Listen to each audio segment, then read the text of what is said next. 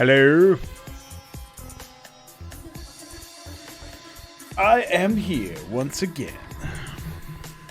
Still continuing our streak. This one will not be about assembly, though I suppose I could in theory make it about assembly. Fuck. Trying to get my microphone placed correctly. Man, that front end can't come soon enough.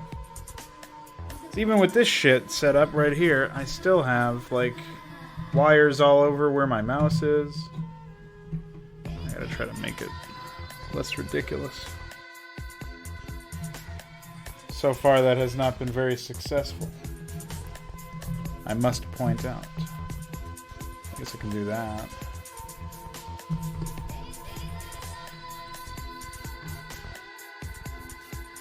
I guess that's okay. Alright. Sure. Why not? Alright, so, yeah. Ikeware sent me some big-ass functions to convert, so at some point I'm going to be doing those. I already made progress on one of them. Smaller one. But, waiting for him to give me some more feedback before I go any deeper in that. So, instead we're going to work on the desert tile set. Most of the graphics that we need are already in here. I do need to make compound blended with compound, and I need to make higher dirt... Or sorry, I need to fix the higher dirt cliff. I think that's all I need besides some ramps that we don't have yet. So I'm going to try to get this map operational. It's only a 2-player map, so it's unlikely to see any play in the Fraud Night that's upcoming today, later today. That being said, I still have some confidence that we'll be able to do something here. Really what we need to do is we need to finish fixing the desert tile set. And that involves basically taking, like, pathfinding flags and stuff.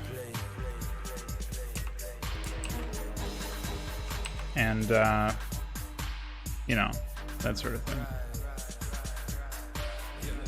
I think I'm okay making all of that pathable.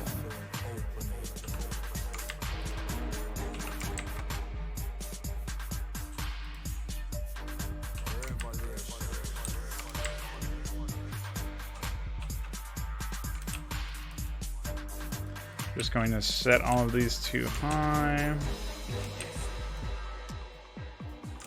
Though I guess this is kind of a wasted effort anyway, because I'm just going to do the flag painting once and then extract it.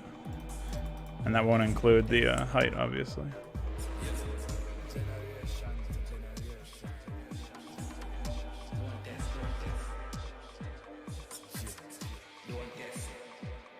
I always found it weird how Blizzard always tried to make it so that you have sprites that, or doodads or whatever, that stop you from being able to pathfind, but it's like a bush. Like, I get they weren't big into the environmental destruction, which is fine, but surely you're not going to stop a fucking futuristic tank or whatever, like one of the Protoss Striders. You're not going to stop them with a bush. Surely not.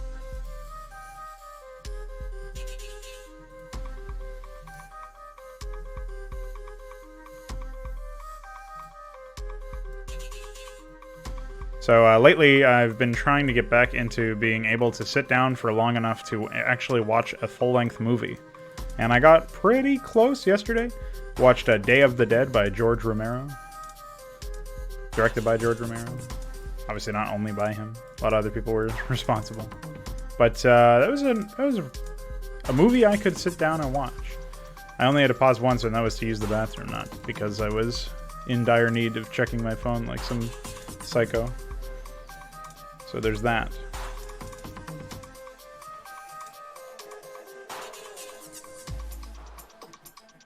But yeah, it was an experience. You could tell that they had some fun making that film, as it used to be back in the day.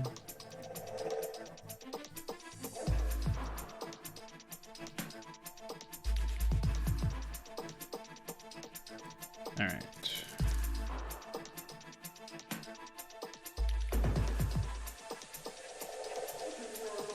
One of the things that I do like to do to remain engaged in films, even if it's not a film that's particularly engrossing, and Day of the Dead was pretty solid, I thought.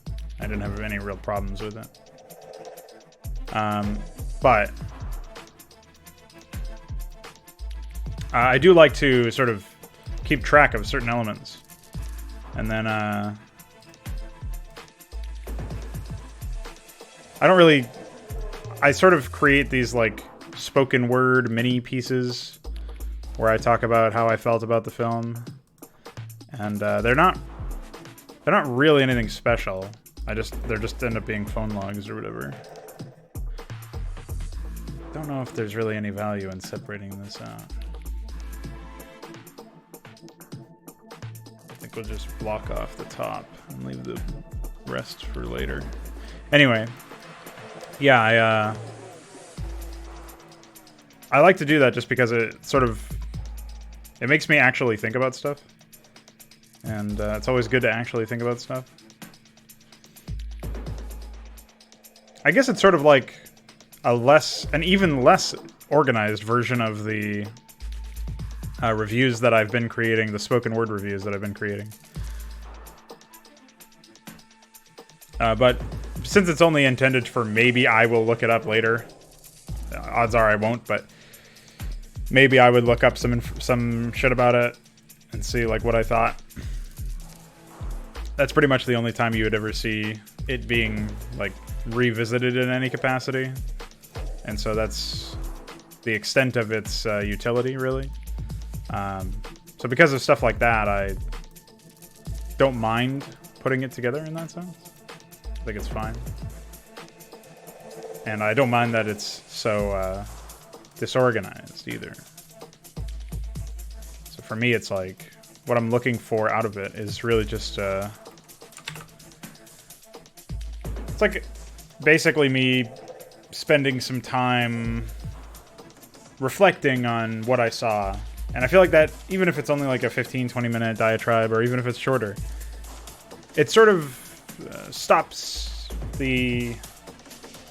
It like adds value after the fact to the experience. Oh shit. I should have checked these graphics before importing them. Pranked. Well, whatever. We'll just have to redo that work. Classic. So this is Turtudad Asphalt.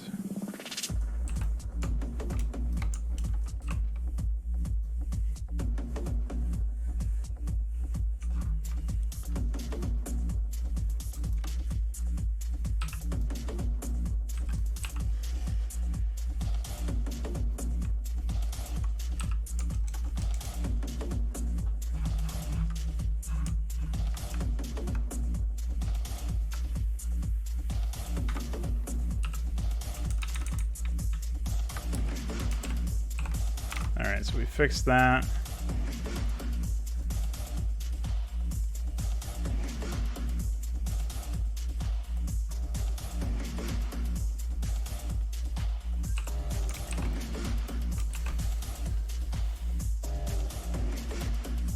That is very unfortunate, of course, but...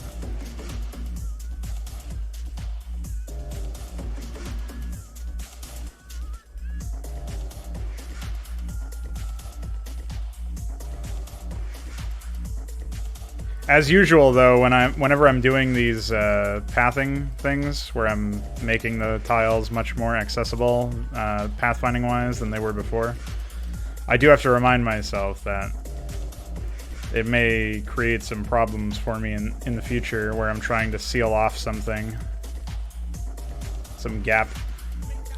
But I think it's better to just have them be fairly consistently walkable and consistently accessible in that sense. I think it's way better for that situation to be the case, and then you can sort of go from there.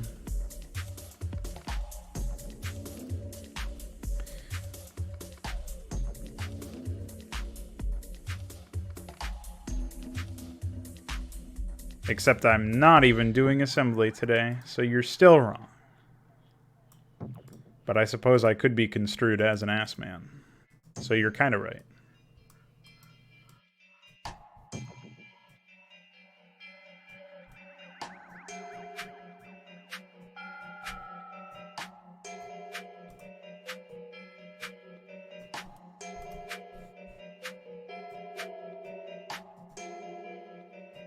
All right, let's go again.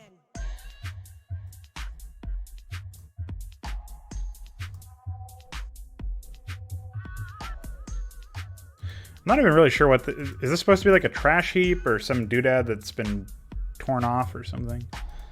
Does anybody really know?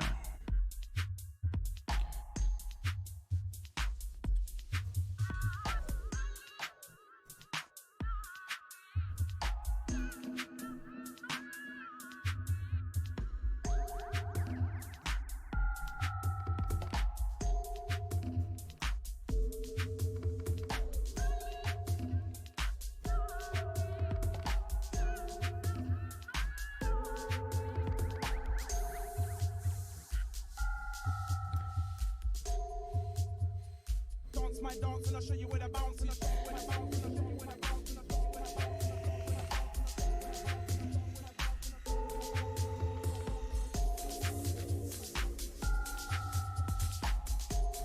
All right, so we'll do this and then we'll be good to go. That didn't take very long at all.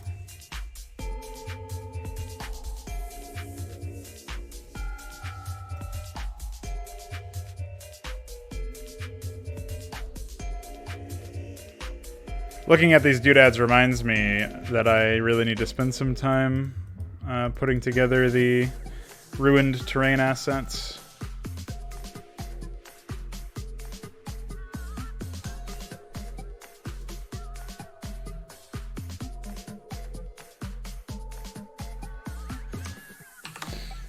What have you been up to, Luciferius? You still working, last I heard, right? They haven't axed your job.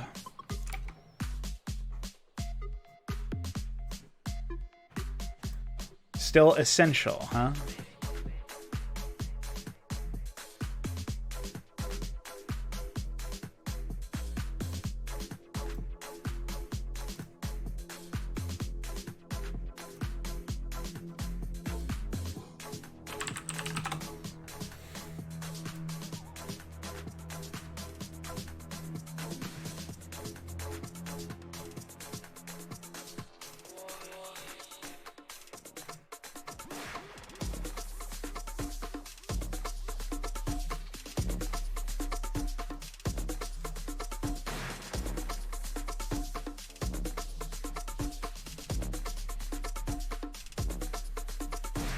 Ah. And what did you say you did exactly? I seem to recall you saying security, but I don't know if that's old news now.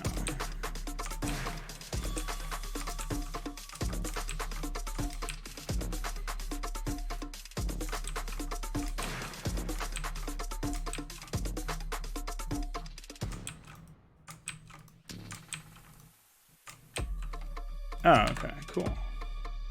You're protecting the front lines. Or the infrastructure of the front lines or something.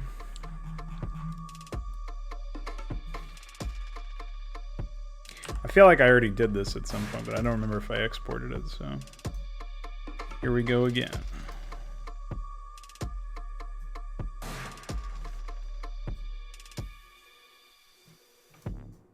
I also feel like I make this shit more and more pathable every time I do any of these.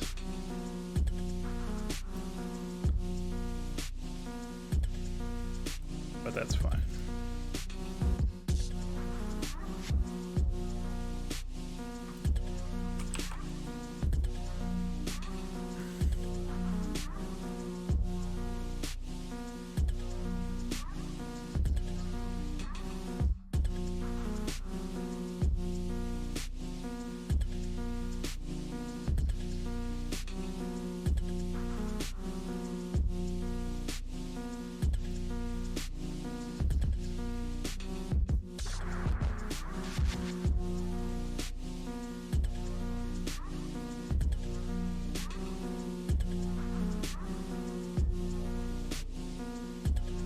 I was also thinking I might be able to actually pull the necessary stuff from the ice tile set, because I think the ice tile set is very similar to the desert tile set insofar as like they have the same spacing of tiles.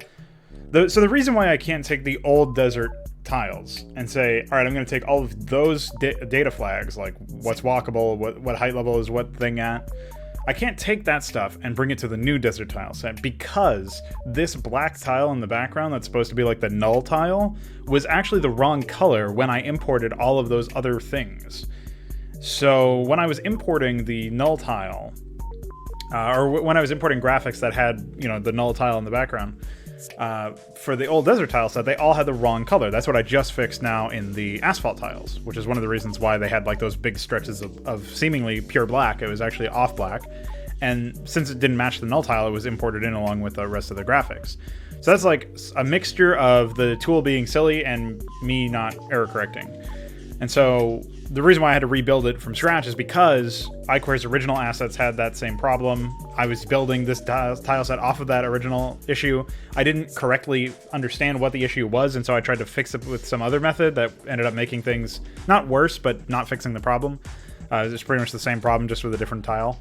And the bottom line is it was a lot easier for me to export everything, all of the graphics, take all the graphics, re-import everything from scratch, and then try again. Basically. So that's where we are at right now. Obviously all this stuff I'm not even going to use in my melee map, but it would be nice to have complete setup here, is my thought process. So for that reason alone,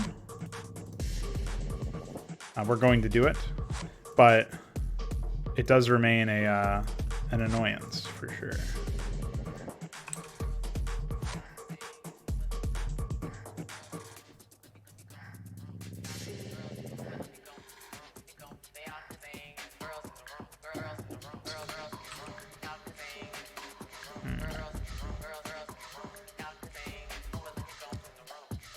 Just gonna have to slap some of this stuff in here.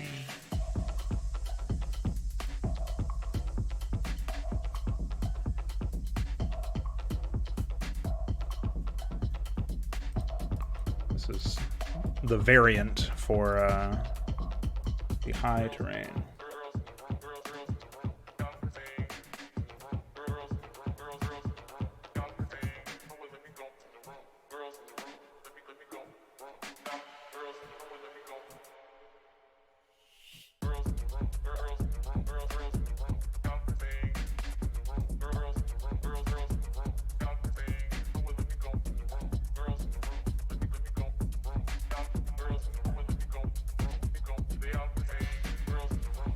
Alright, I think we're good there. I have to do a lot less in this one because it's already on the low tile in the background.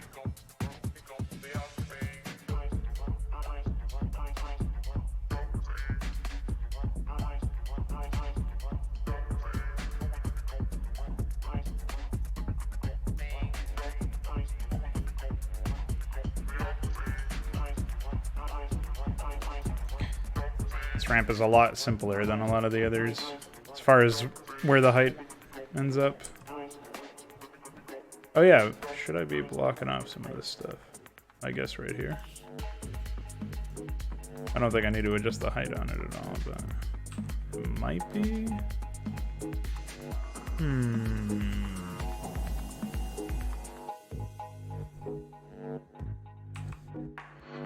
No, I think it's fine. Oh yeah, so this will set to medium.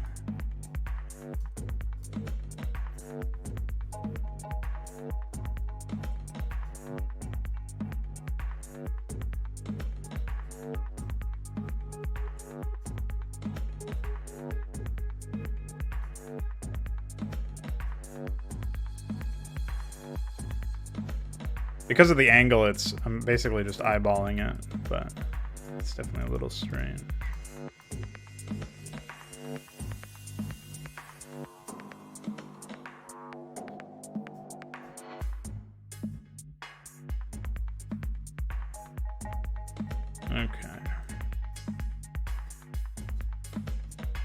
And then we want to be relatively even on the other side. So what we're going to try to do here is like match about when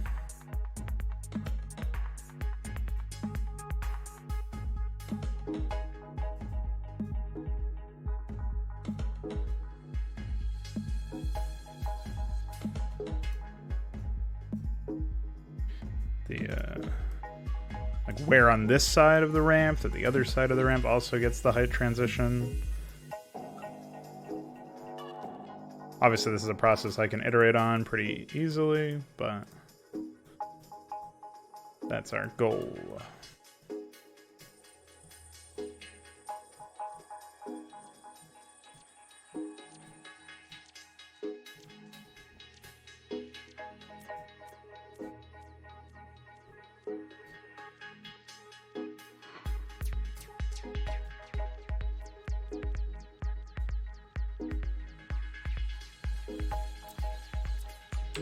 Okay, so those are done. Forget what's next.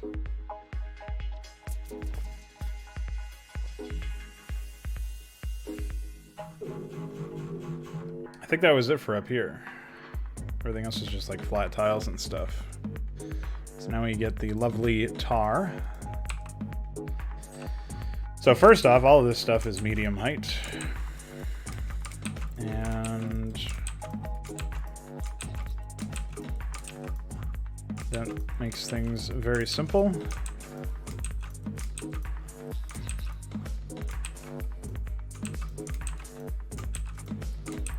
Tar is actually not that big of a deal to get the cliffs taken care of. So. And as you can see over here, you see how the ID is not 0. That means this was also imported improperly. So basically I'm just going to find out where that is. Should just be tar main or tar center.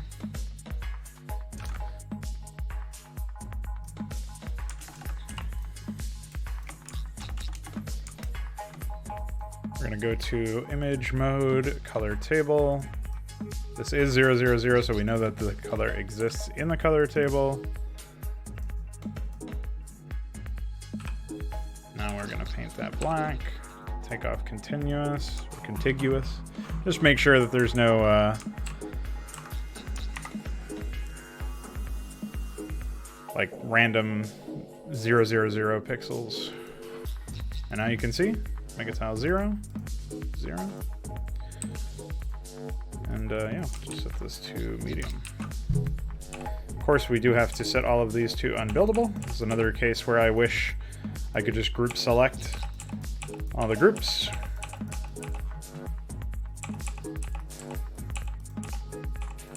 Would be lovely, but alas. There you go. So these are taken care of pretty much. We do have to do pathing. Thankfully not that much though. Like I said, it's a fairly simple process.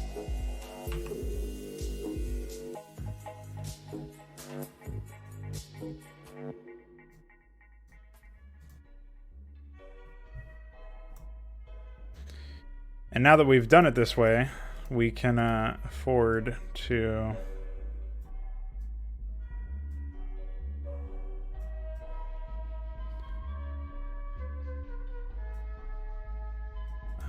put together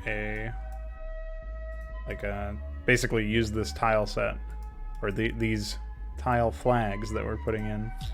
We can use them in other cases, should we need to do so.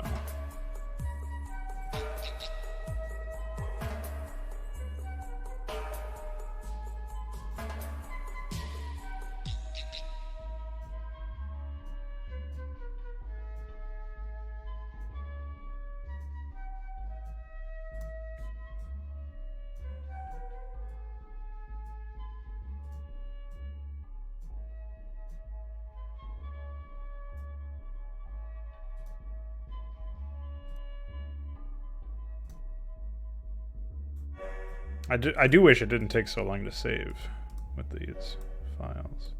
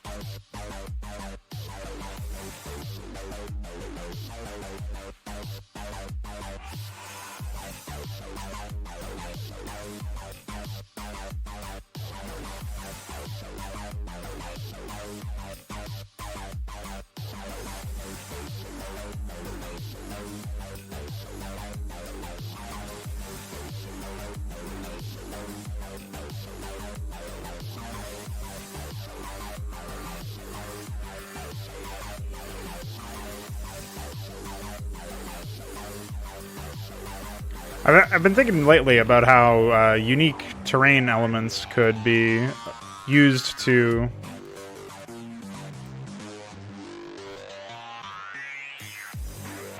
help balance out some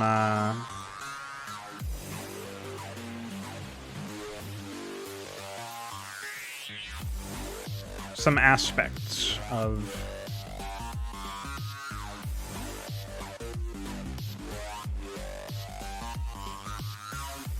I guess you could just call it some aspects of balance, but it's not as epic as I was thinking.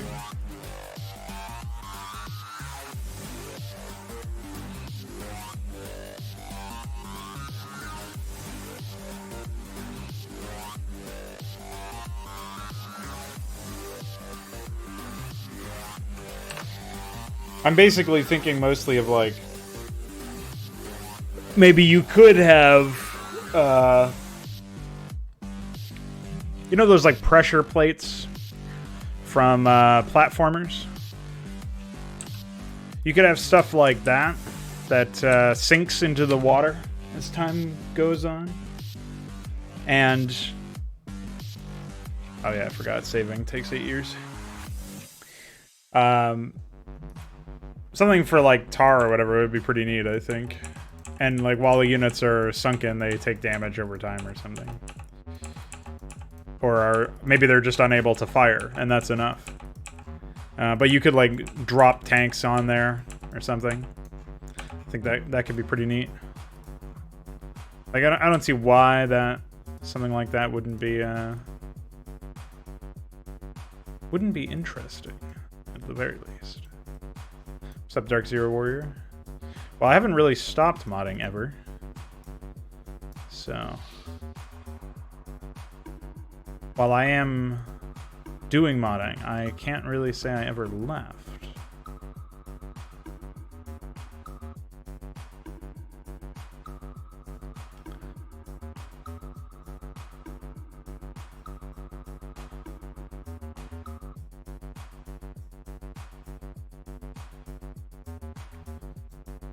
I guess before, earlier, you know, I was doing some programming, but it was all for the purpose of modding. So.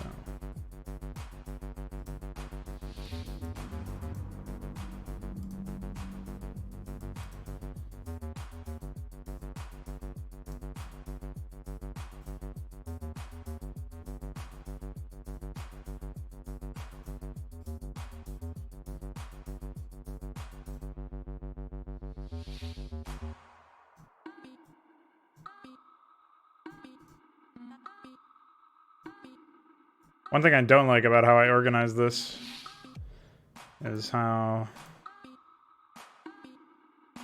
the tiles are actually flipped in terms of their positioning. Going to end up fixing that probably. So I guess in that sense, it doesn't make any sense to do it more this way.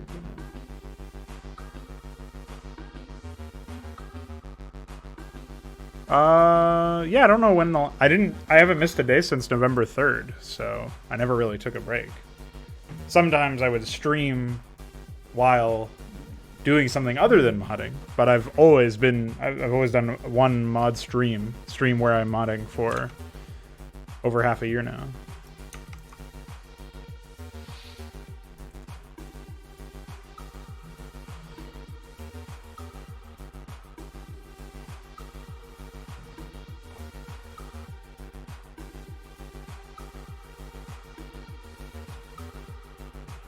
My streak remains unbroken. Speaking of my streak, it's time for some caffeine.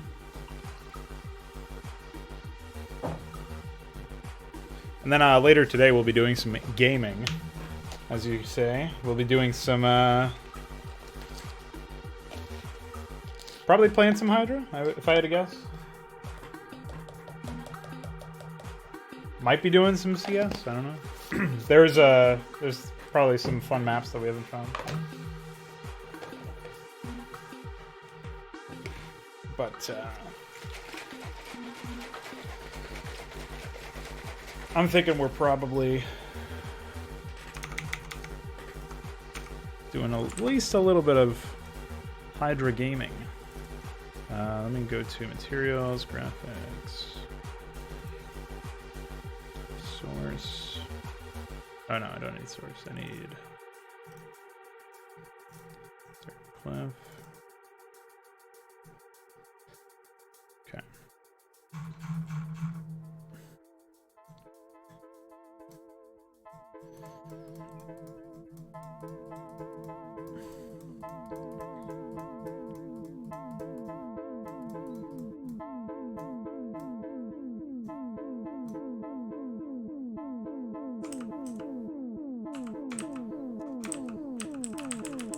Hold the phone. We actually have more than we thought.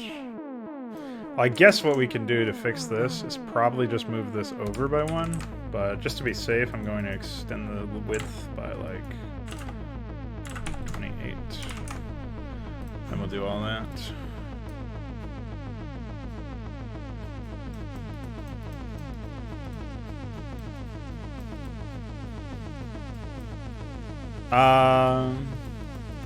No, I think there's only like 1 or 2 mods in Warcraft 3, and they were by the Russians. But I'm admittedly not very familiar with the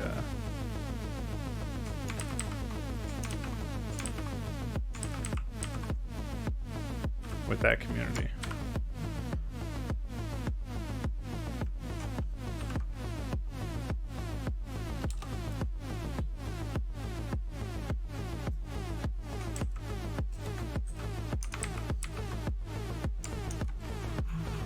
Wait, how long is this anyway?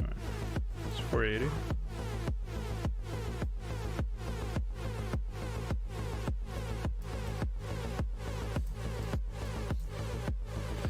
Well, I guess we'll be, wait, what even is that then?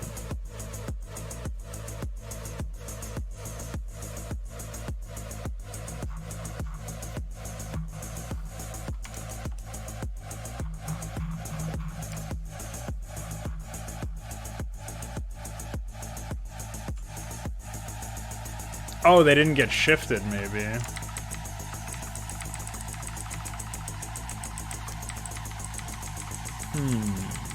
That's okay. It's only like 1 set, so.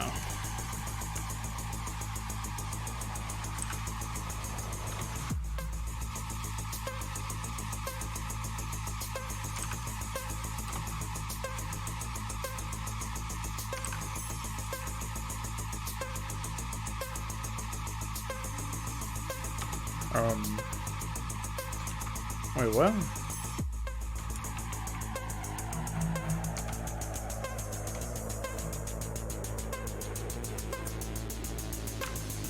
Are we missing one? Yeah, we are.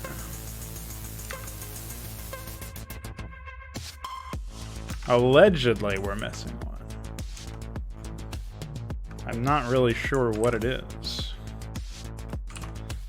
Let's try this one again, because I'm very confused. So we take...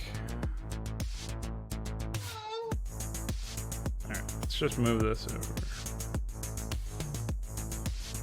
Because there does not appear to be a reason to have it over there. Alright, I think we're in the clear now. I think we got it. So what is Panther about, if since you brought it up?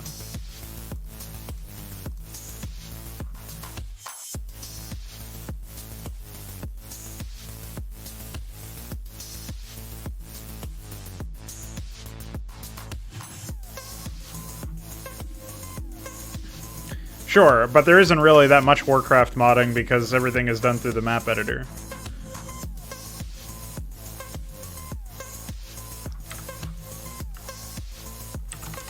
There's very few creations where they actually involved making a custom EXE or doing any code editing. Warcraft 3 is very primitive in that respect, actually. Believe it or not.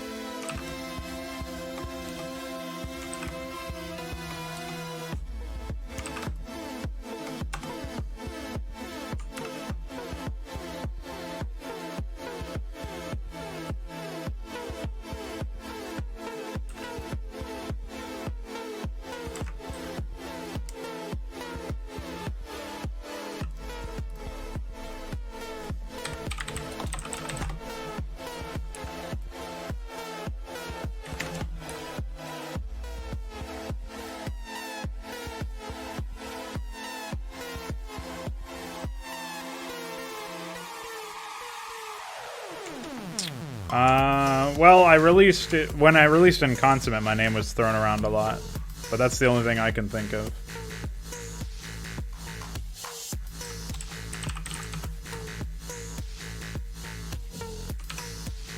I stopped associating with a lot of the people who were part of various communities, so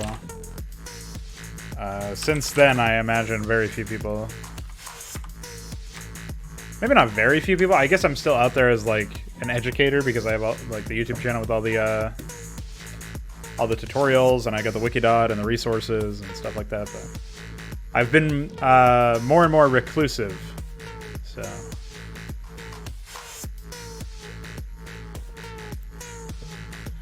I don't think too many people do know me.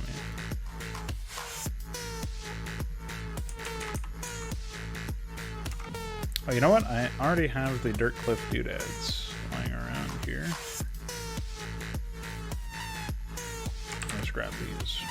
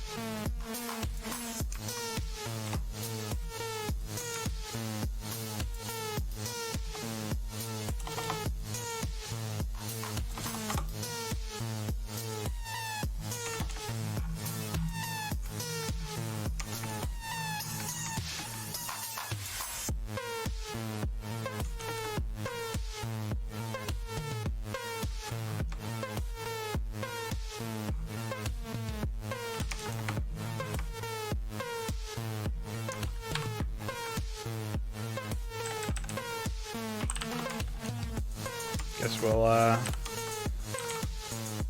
hope for the best here.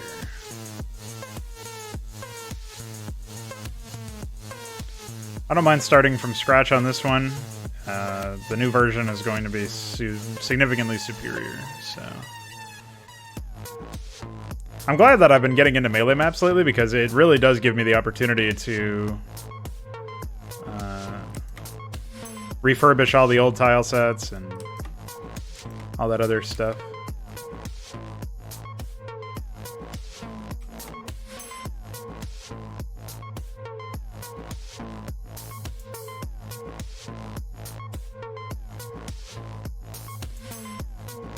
It'll give me the opportunity to create very different environments than what I can create with Hydra or with Consummate.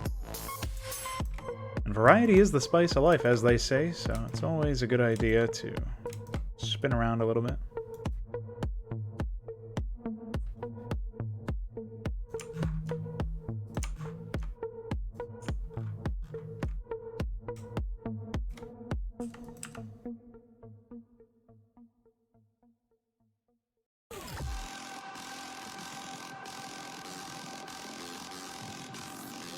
I guess we'll show a couple of the pixels there.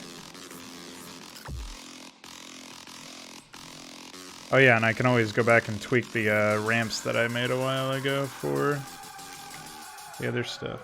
There were a few changes I wanted to make to those.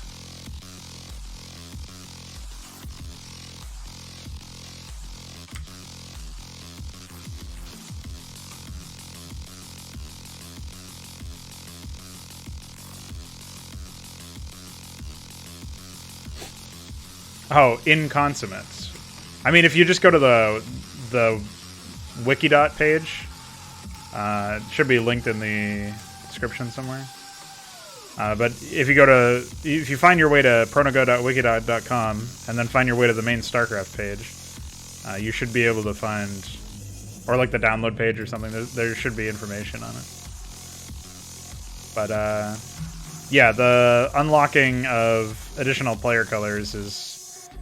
One thing a surprisingly large number of people have been interested in. I wouldn't have expected it, but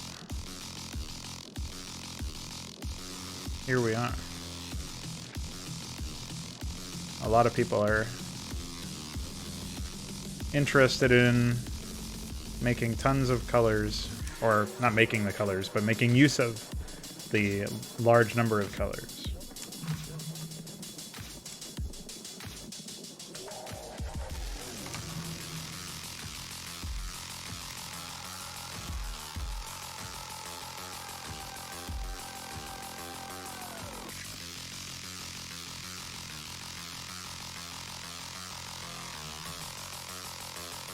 Yo! What's up, Vic? I managed to sneak in the sub-Veek right before the bass drum. That's epic.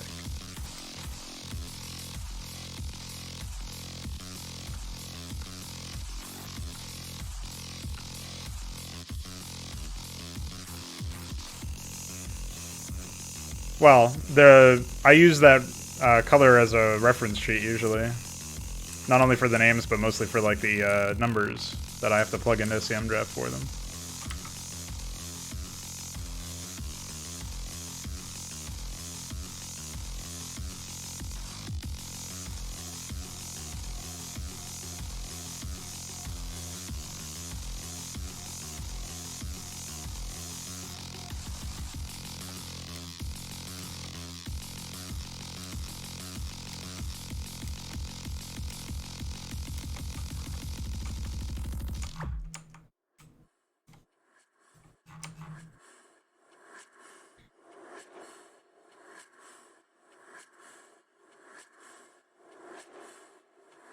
Aqua. I actually don't know if we have an aqua.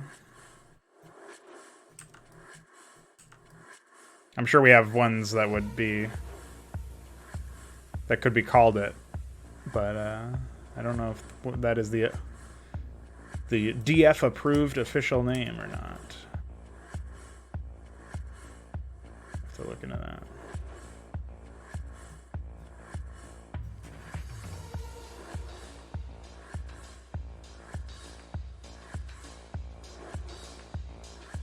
So I guess after this, I'll be looking at the compound. It would be funny to make, like, take compound and then just, like, merge dirt or sunken, whatever it is, like, the sand and stuff.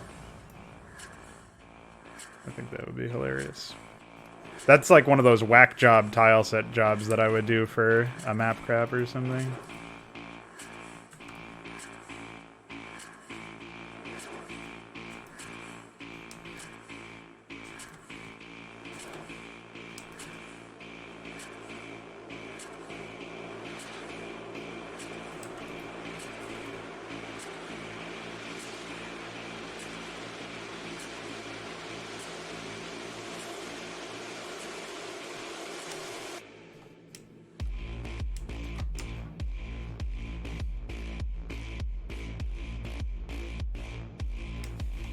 Been staying up too late. Quarantined thy brain.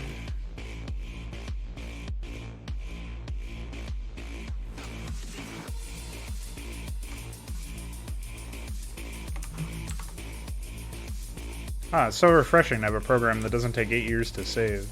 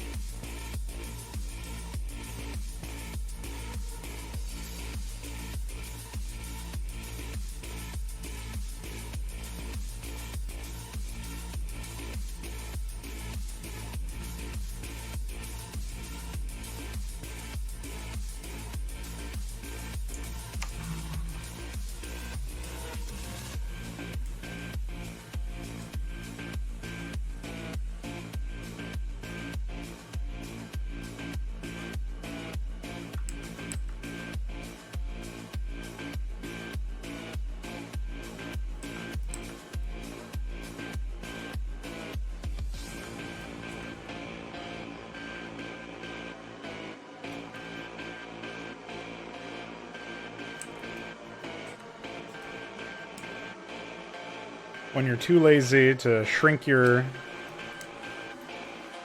brush size. but you still want to get rid of 1 pixel.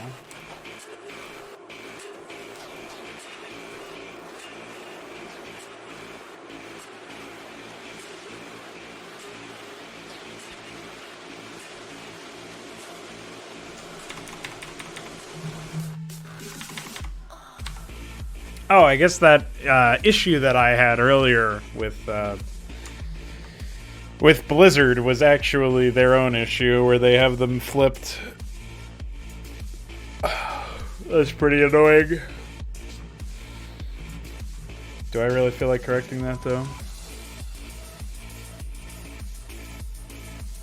You'll notice that all of the, like, the corollary for this tile is over here instead of over here right below it, which is not how it is usually. Oh man, what a mess this will be. Because if I want to fix that, you know, I'm gonna have to fix it for this and for down here. And more importantly, I'm going to have to keep track of exactly what's fucked up with these sub-tile pieces, because they're not in alignment if I move 1 piece.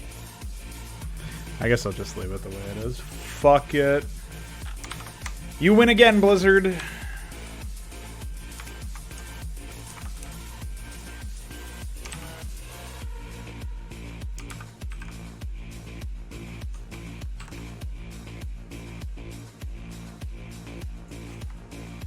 Oh, you're looking for a link? I can just give you one.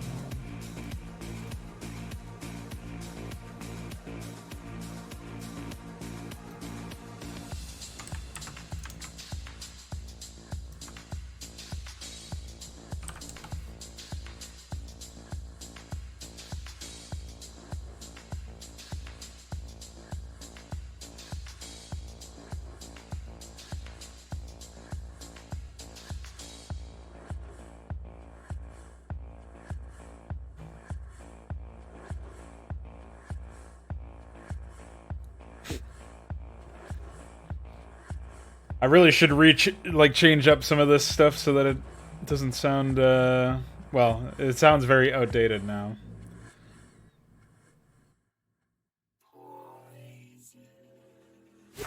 I should probably use the link to the installation guide.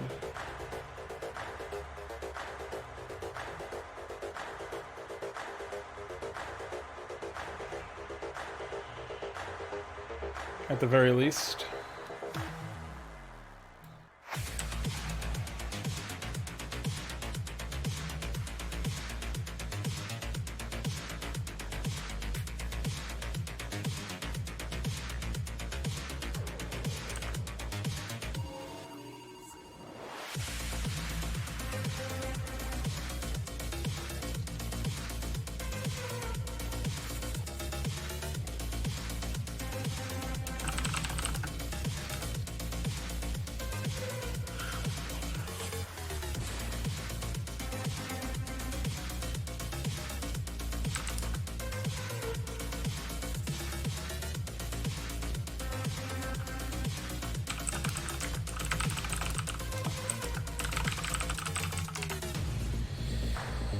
Oh, there you go. I linked that at the very least. But yeah, that should be where what you're looking for.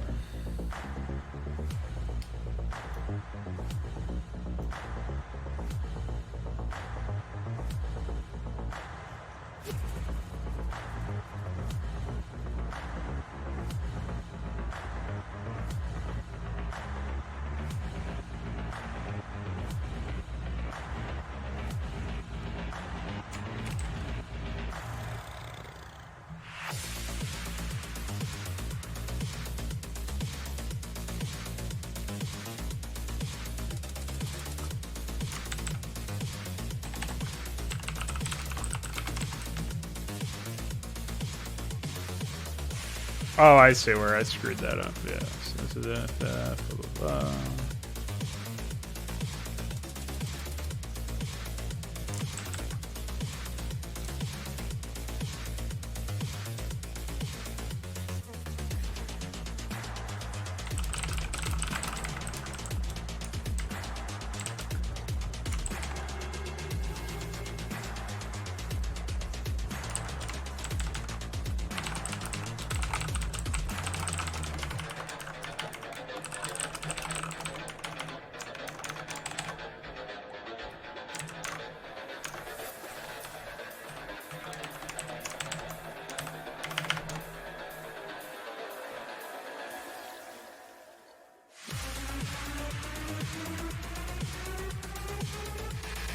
Incontinence. That would be. That's like the porn parody. German, of course.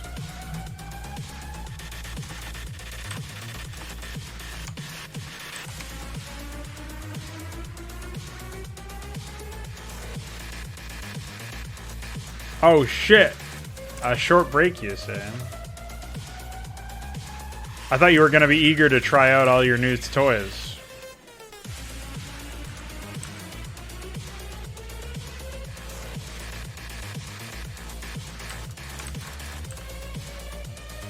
I'm even working on the desert tile set. Come on, man.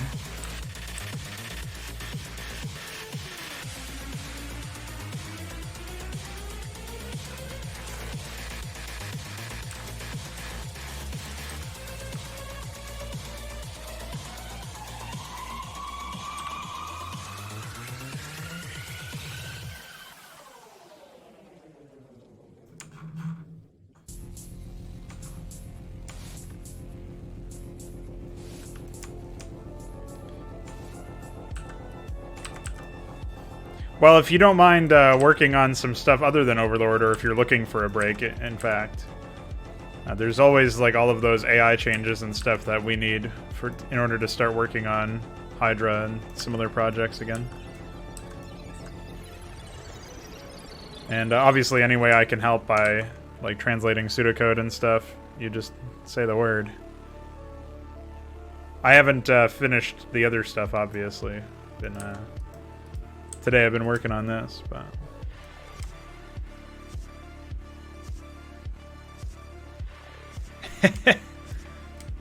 Well, it is actually useful to see how lower skill players end up reacting to the challenges. But yeah, I mean, like, the stipulations, I would say, are like, you got to make sure that you're... At least if you acknowledge that you're not good at the game, like, then it's easy. But I've seen people who are like, oh, I'll help playtest, and they're really bad, but they don't know that they're really bad, you know what I mean? So they end up, like, making unhelpful suggestions about, or assumptions about the difficulty, like, well, the difficulty is clearly too hard, instead of, you know, taking their own responsibility for not being able to win. So, as long as, like, you're not gonna do something like that, where you, write off the difficulty of something as unfair without being able to back that up objectively or empirically, then it's fine. And it is actually useful to see how lower skill players take to it in that sense. Because you can then gauge, like, did I offer enough onboarding time for those players? Do I even want to offer enough onboarding time for those players? Like, is that okay? Is that something I'm looking for? So it can still be helpful. And besides, I mean, if you're interested in becoming a tester for more reasons than just, hey, you're a low skill player who we're gonna see how you respond to this stuff, by playtesting this stuff, ideally you would become better in order to win and become more fundamentally sound as a player. And so that's like another thing that will happen just by virtue of you playing these maps, in theory. So... up to you, my man. Don't say Rust. Yeah, Rust.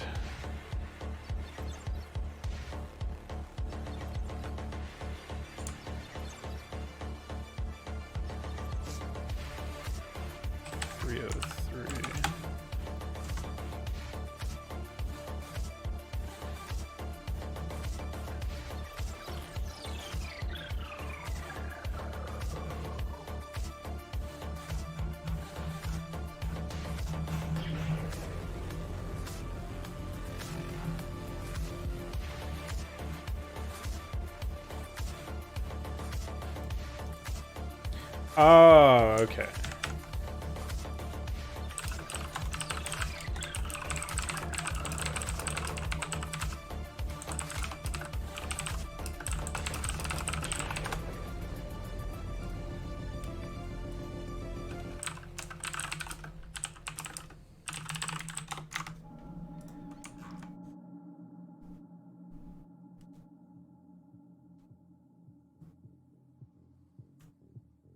Right, you were talking about wanting to write your own stories. I mean, like the biggest thing that I can, talk about when it comes to storytelling is that very few people do it right.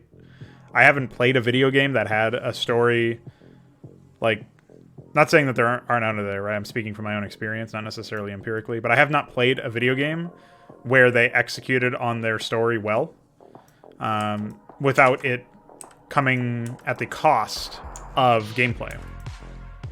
And so, like, if you think to all of the games that people talk about as being narrative-driven, like Half-Life, like, all those games detract from the gameplay to tell their story. And what you want to do in a game, what sets a game apart from a movie or a book, is the player, right, the audience in this case, the player can actually impact the story and should be the primary driver of the story in many cases, right? So a lot of it is because it's like, I still consider video games a very new medium. So this medium for storytelling is underexplored, we'll say. Basically unexplored as far as I'm concerned. And in RTS games, it's very difficult to tell a story that isn't about very specific things like military actions. And so if you're not interested in telling a military action-based story about like a military campaign of some sort, maybe some political stuff behind the scenes that's giving way to it that can inform character actions or what they're all about, but like mostly focused around the military actions because that's where the gameplay is. You end up with stuff that doesn't belong in an RTS, for lack of a better term. And that's what, like, Starcraft 2 or Starcraft 1's micro missions, all those stem from that. It's like the idea is this is supposed to be a story about militaries fighting each other because that's how the gameplay is played. That's how the game is experienced. That's how you as a player have agency to interact with the game systems. So you have a complete game that you're playing, and you're also pushing the story. So you have interaction with the story. You don't get that in a micro mission because you don't get a complete game, because or it's not a consistent game. If it is like a complete game, like they add a bunch of MOBA abilities or something, then you're not playing the same game that you were before. And so even if you add enough mechanics in theory to support whatever it is you're trying to do, to be on a smaller scale and talk about characters and have a character study or a character drama, like, it still doesn't fit within the framework of an RTS. And so if you're looking to make an RTS game, story has to be playing second fiddle to what the mechanics of an RTS allow you to explore as a player. And so that's a turnoff for a lot of people. And so they fight it, or they just don't make RTS because they want to write a story. And so your story has to be important, or it is important, I think, but it also has to be secondary compared to what you would see otherwise. It can't be the main thing that you focus on. I'm trying to tell really involved stories in my projects, but I recognize that one of the ways that the only real way to do that is to allow the player to tell that story themselves, and to tell that story in whatever customized way they can based on their skill level, if that makes any sense. Because maybe they take a long time to beat a mission. Maybe somebody else, some other player, takes a shorter amount of time to beat that mission. Well, the story is different there between their two playstyles, right? So they're telling a different story depending on how easy they find the map.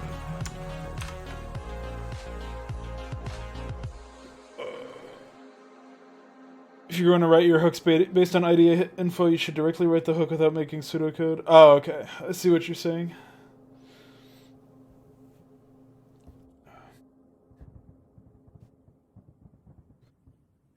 Void prophecy, don't say that.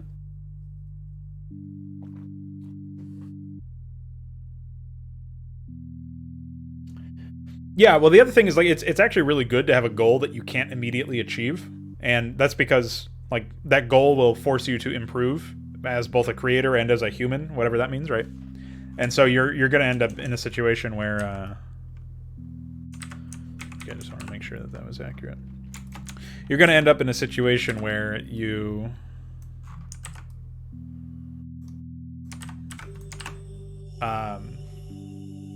see an opportunity for growth, and along the way, like, the fact that you have to grow and the fact that you have to improve yourself is going to be like its own test for you to decide if you're really serious about the the trials and tribulations and the challenges that lie ahead.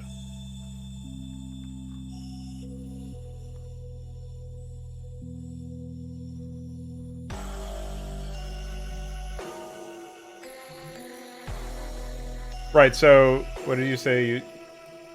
What do I think about it having choices affecting the campaign / story? Is it a good idea to have? It is, but you have to have, like, you have to design the game around that. You have to design the campaign around that. Again, you have to design a story that can diverge based on player choice. And you have to have very clear cutoff points because you don't want to make it open world. I mean, that's an experiment you could take, but there's, like, only so many factors that the player is realistically supposed to be able to affect. Right? Because you can only account for so many things, basically. I think that's the big issue there, if I had to guess.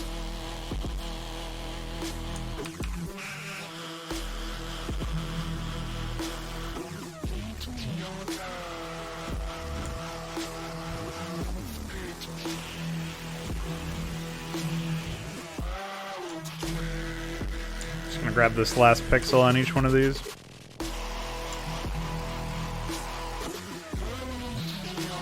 Just for sanity's sake.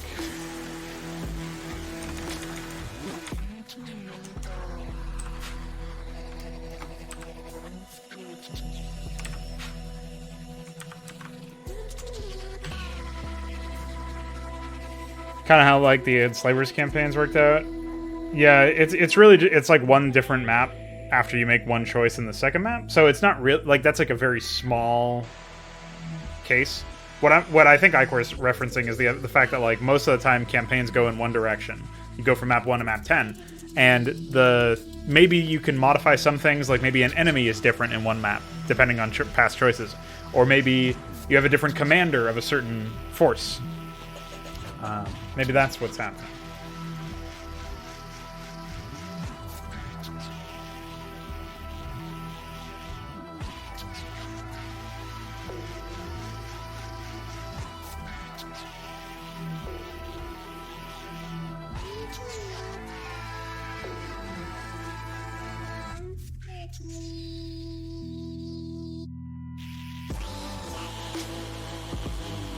Yeah. You could take that approach too. The idea that, like, you have one central story that it is the most likely based on your the choices that you have available. I don't know how you would determine what's most likely, but that's, like, something that you could do there. And then after that, you could figure out what else is going on.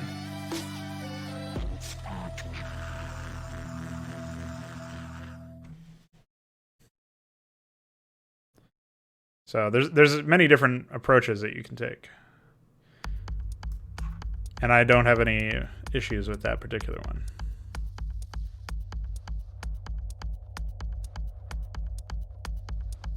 I mean, I guess the concern that I would have is, like, you don't have a lot of you don't have a lot of say in whether or not the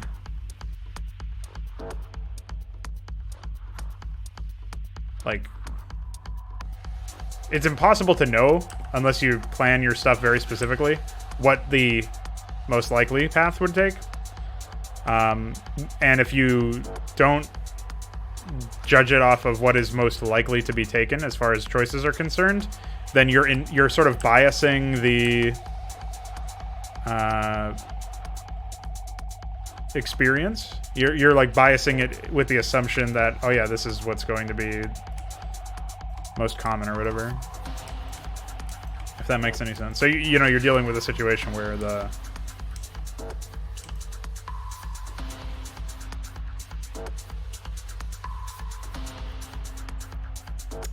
basis for the story ends up being not necessarily faulty, but not reflective of what the actual most popular choice is, or whatever you end up doing. Most likely choice. Most likely happenstance. So I guess you could conceptualize it a different way. So like if we take an abstract of the enslavers and we say like, all right, you've got originally you only have 2 choices you can make, but say there's 3 choices that you can make. Because 3 is the magic number. And you make one of those 3 choices, and one of them is like the choice that you make, the neutral choice.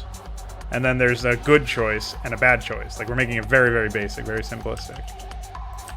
The neutral choice would be like, not necessarily the most likely to be taken, but maybe you could bias it in favor of how it's conceptualized, like, to accomplish the neutral outcome, that is the easiest thing to do. Like, the easiest objective. And so maybe it's biased in that sense, where the easiest objective to complete in that map is the one that results in the neutral result. And then there's, like, the other 2 are harder, but they're harder in different ways. Like, they test different skills, or they force you to go up against a different enemy or something.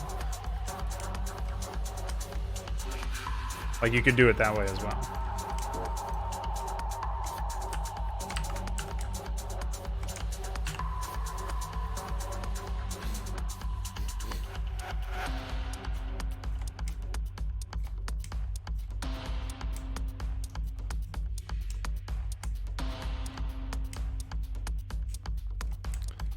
Well, he can use it to add more pre-placed brigades to his maps, so of course.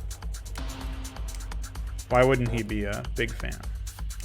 I think from what little I've recently been sent information on, his bank data ideas are really unwieldy and hard to communicate. And so they end up feeling pretty shit, I believe. Just on that basis. Like, if I couldn't succinctly communicate it, I would be very remiss to include it in the first place. Very reticent, rather.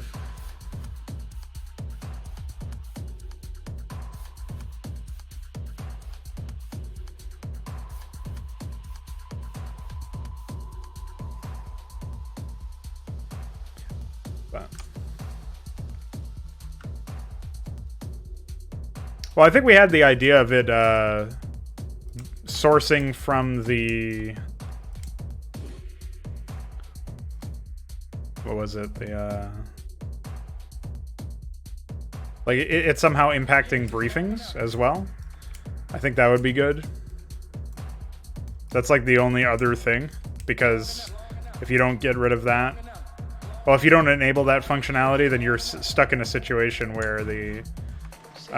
you still might need or prefer... you may still require, like, a brand new map so that you can have a different briefing, even if the mission is otherwise unchanged.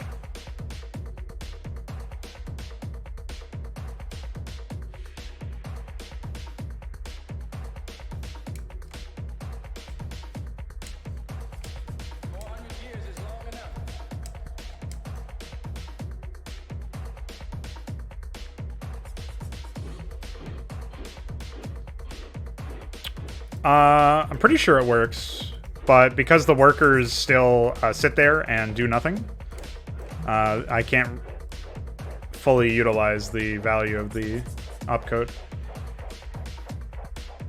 So if you need some pseudocode done so that you can fix that, we need to be able to tell the AI to not mine from, like, assigned workers.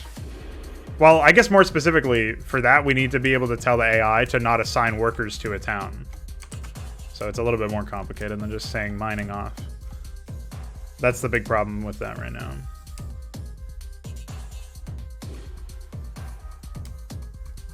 Hey, player name jump is a great command. I will make excellent use of it someday.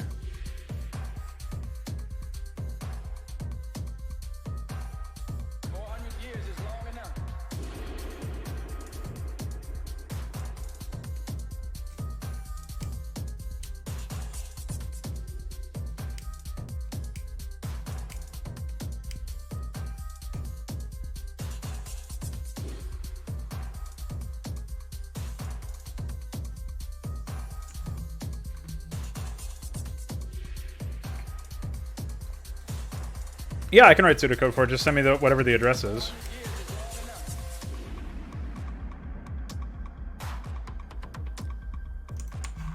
For like, or addresses. I'm assuming it's more than one function that handles AI mining or AI worker assignment or whatever.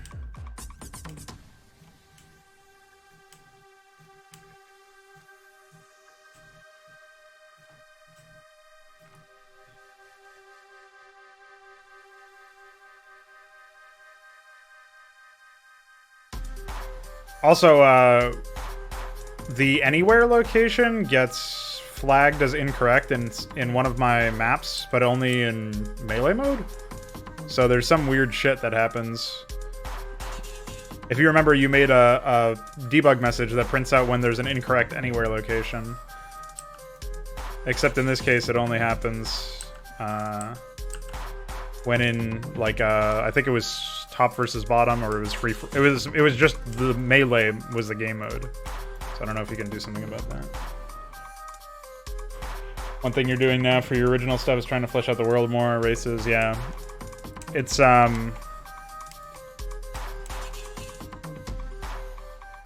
like that's a very different skill set too. Is world building is such a different skill set than like taking those ideas that you've come up with and vetting them for functionality to make sure that they can actually work inside an RTS or something of that nature. Because again, like all the storytelling elements need to be playing a support role for the actual mechanics or whatever, so...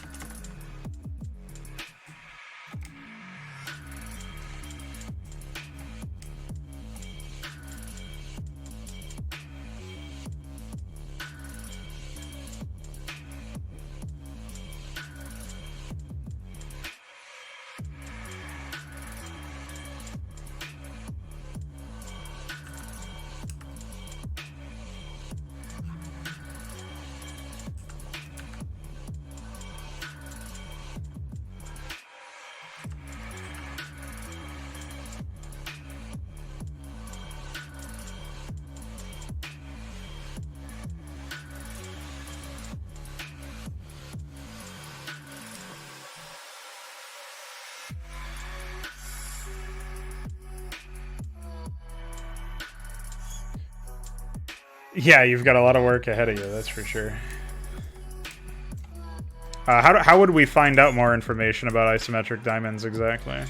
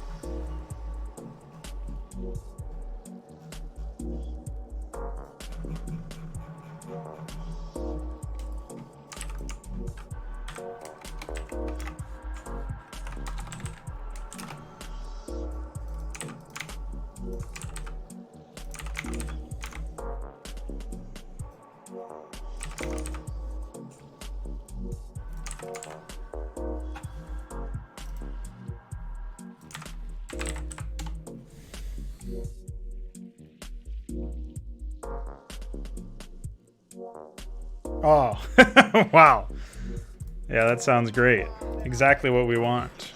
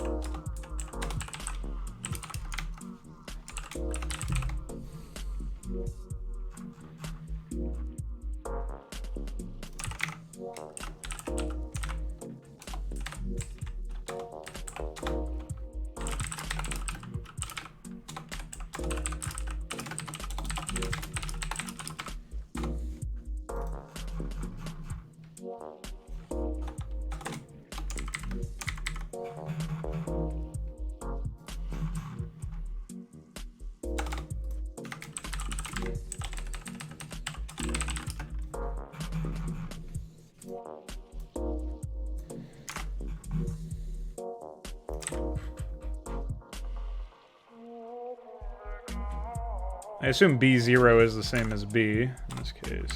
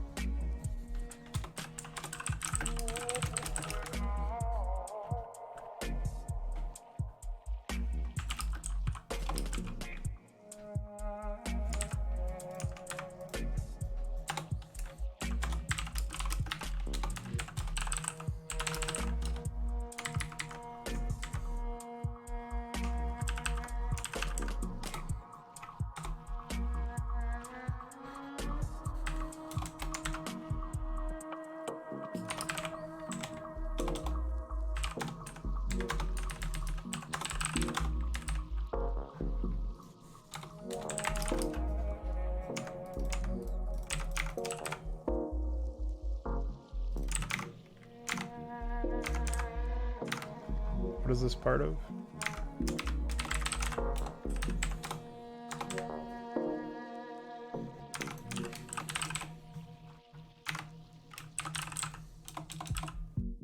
Isn't that Sprite?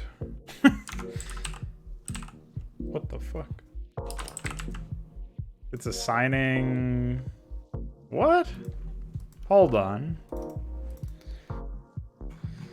EDI is... Oh, it's unit AI. Never mind.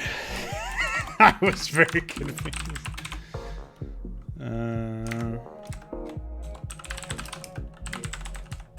Okay.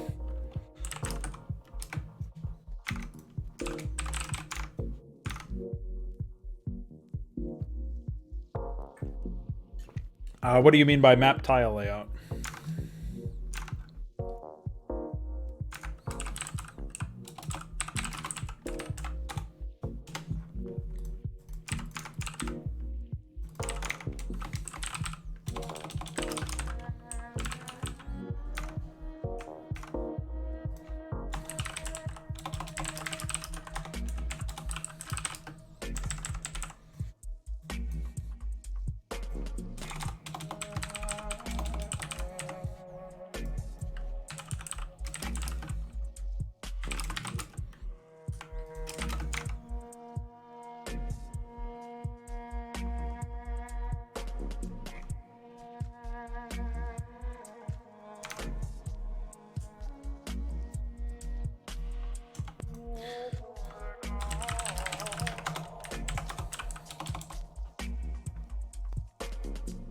Oh, I don't even know. I would have to look at what, I'd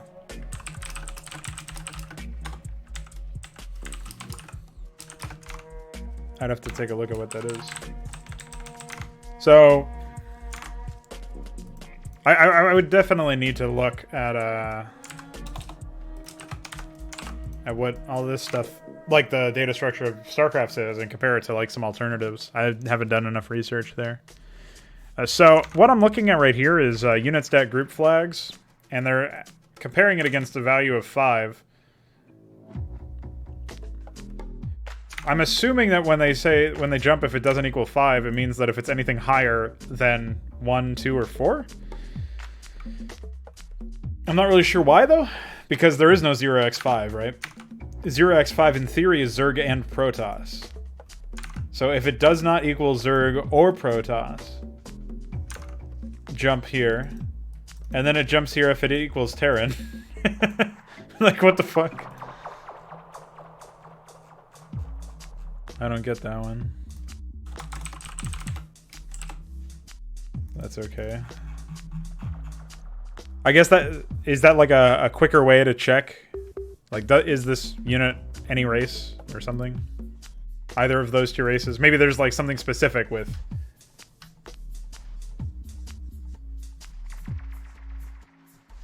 Okay, so when testing a register and a number, it is and. So.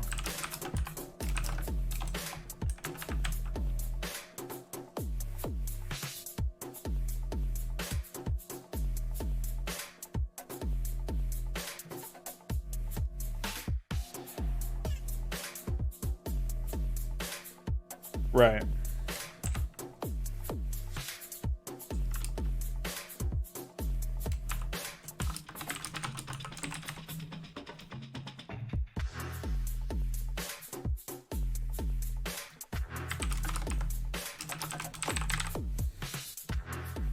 That makes more sense.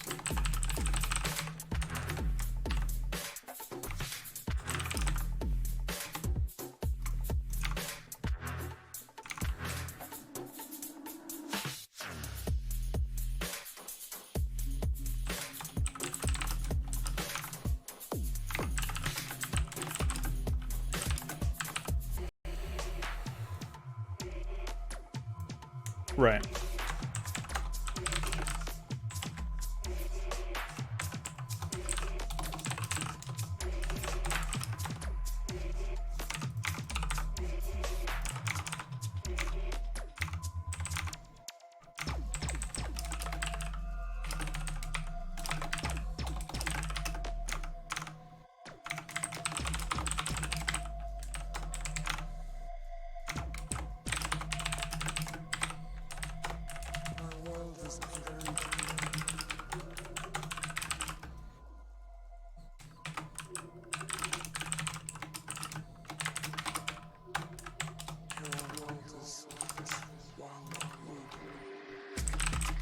Now ESI is unit, right?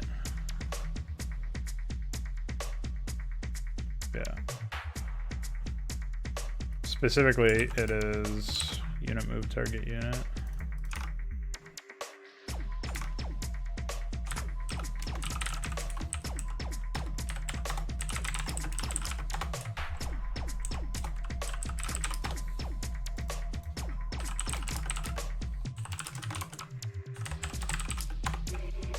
Although, I guess it's probably just this.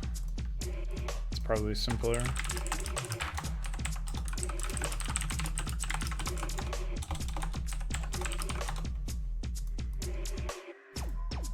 And EDI is the unit AI.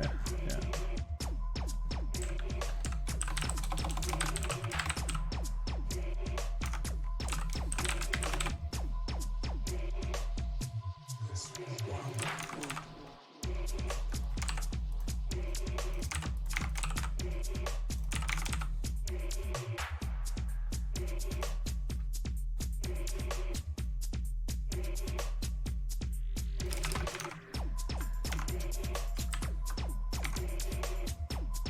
Why is it taking, wait, what? Maybe this doesn't make any sense?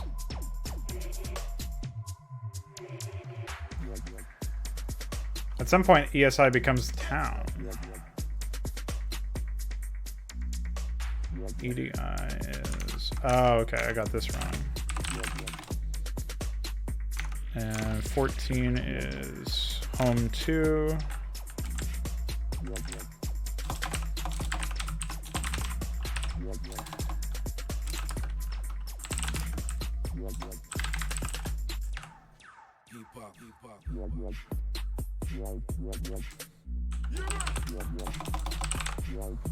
Okay, so that's what that was.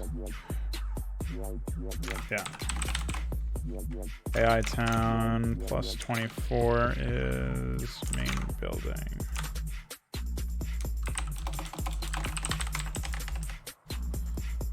Alright, so this basically jumps if it is not a resource depot. So say that took a little too long for me to figure out. Unit 4 is resource depot.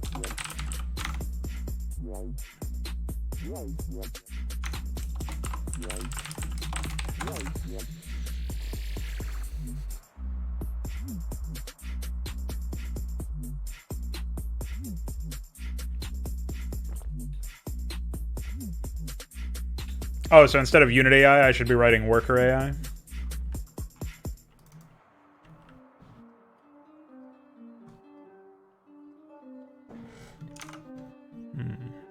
So it's based on the source unit, I guess?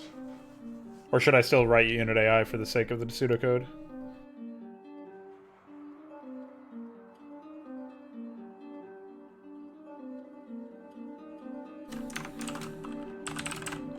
Yeah, so worker is 0x2. But I don't actually see a +2 anywhere in here. It's just 134 is unit AI, right? And then that's what is assigned to EDI. But there's never a +2 or iterating between it.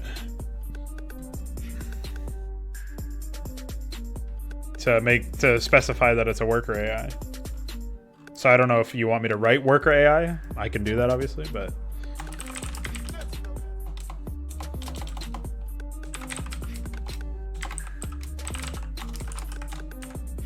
oh wait.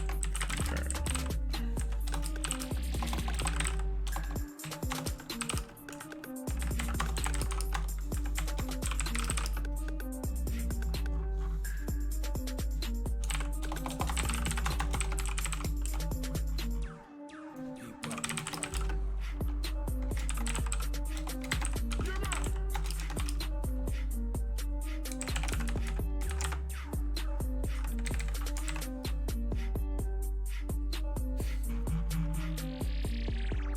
It wasn't using an offset is what I mean. It was EBX plus 134. EBX is unit from arg1 of this function. Yeah, unit loaded in... Oh. Yeah, this is incorrect. Hold on. I'm pretty sure anyway.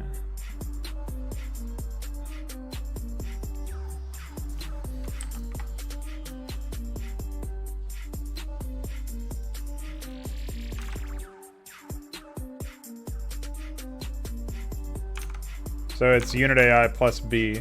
Oh, we actually don't have a B, it looks like.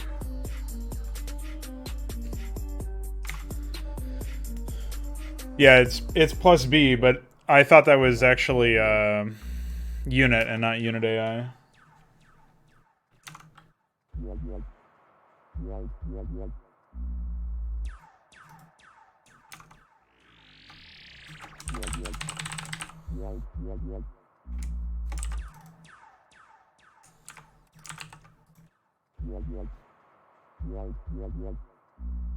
Wait timer.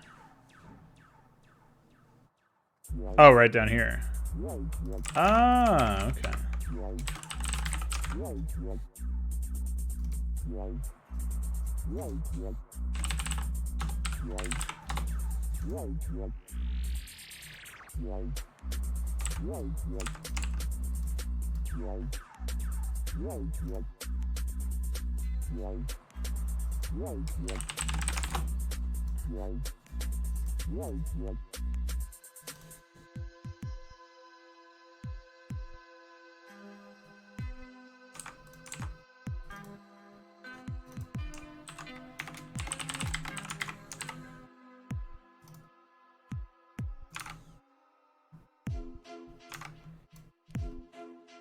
Okay. Right, yeah. That makes more sense than what I was reading. Good catch.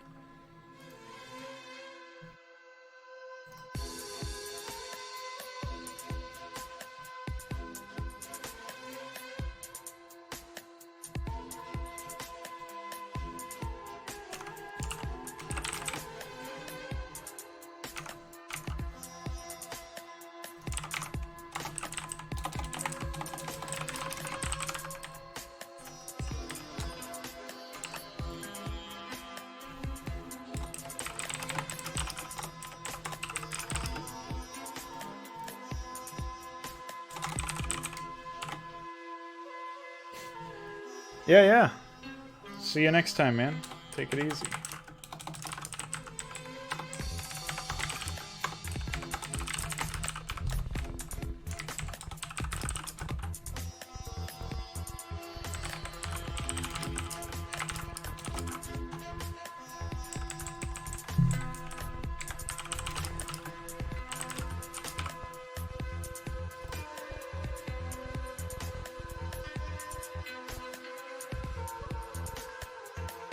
Fuck.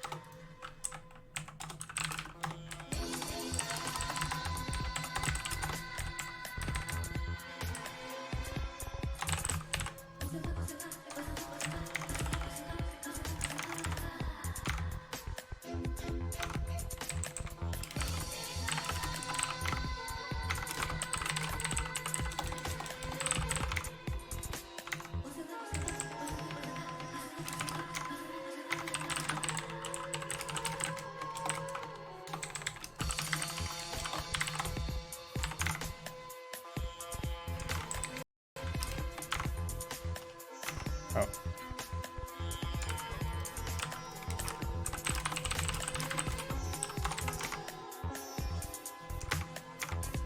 Cool.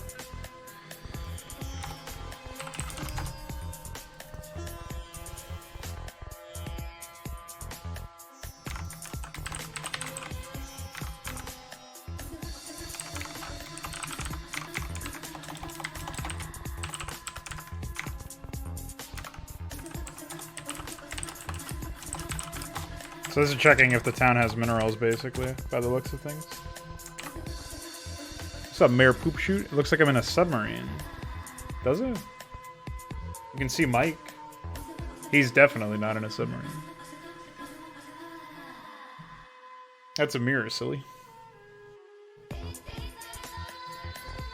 Peering into another dimension. But how are you, anyway?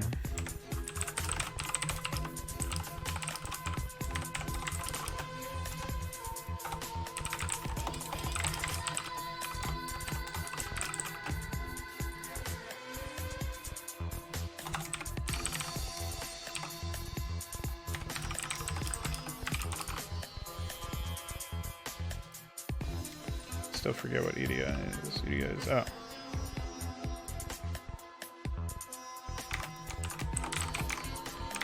D9.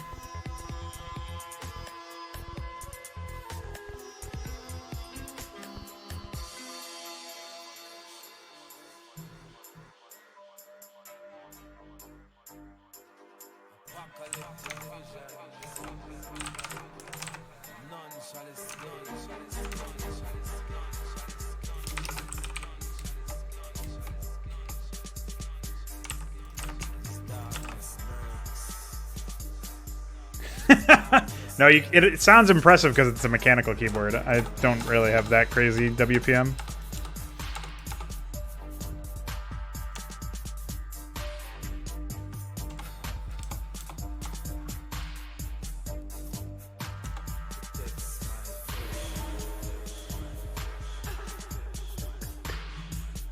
I think EBX is still a unit, yeah. I'm gonna go ahead and hope that it's still a unit anyway.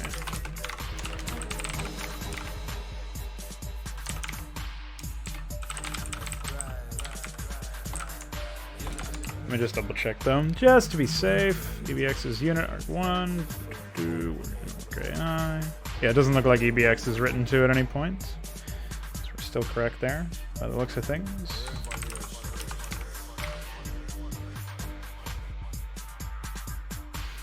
Oh, this is DX.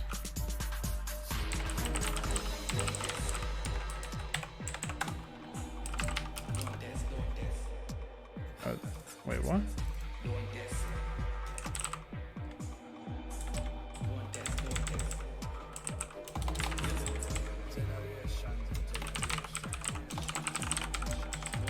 That's not a variable, so I'm not really sure what's up with that. Yeah, equals. ESI at this point is AI town, I'm pretty sure. Yeah.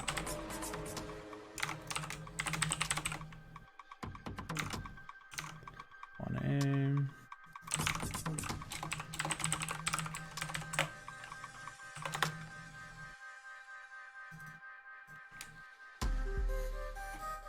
Maybe this is a...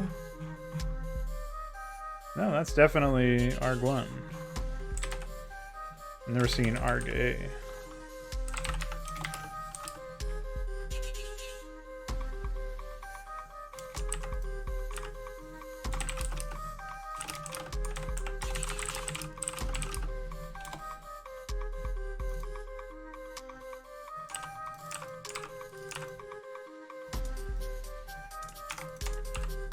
What is 0C? It's 12.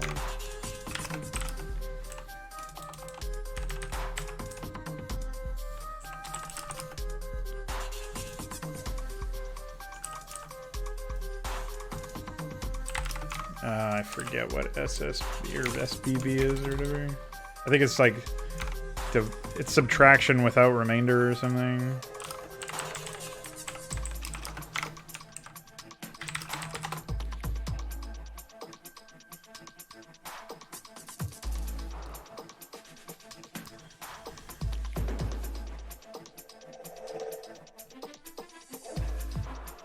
Right, it's either 0 or 1, depending on the value of the carry flag. Okay, set EX to 0 or 1. Right.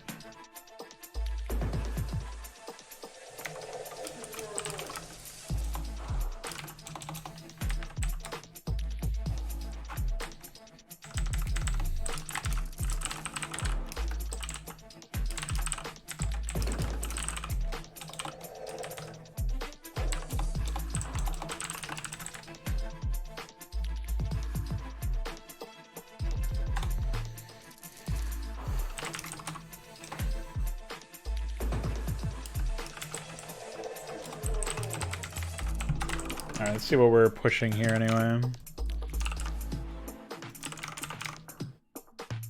EX is bool.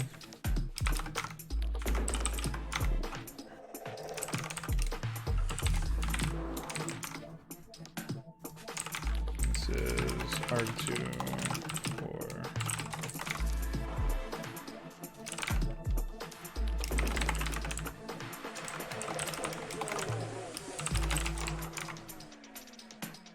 cool.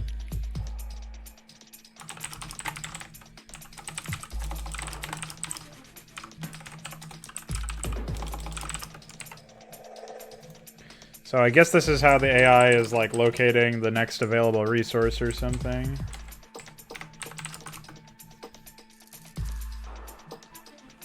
I think ESI is town.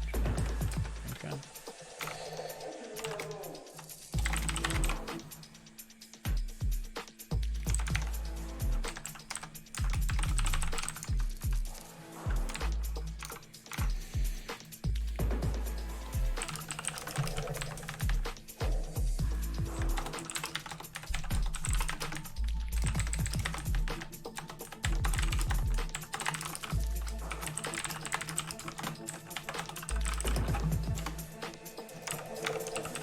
Oops.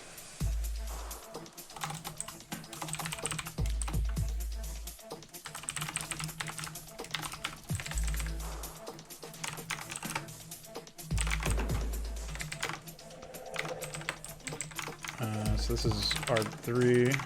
Or is there an ARG3? No, it's just ARG2.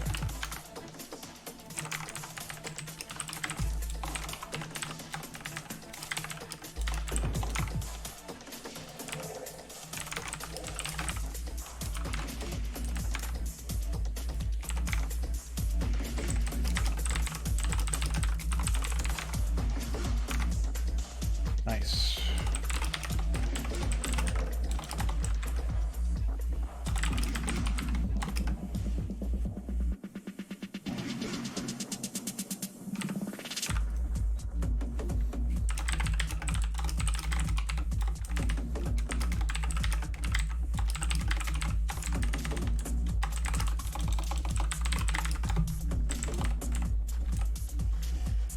we calling here? Ah.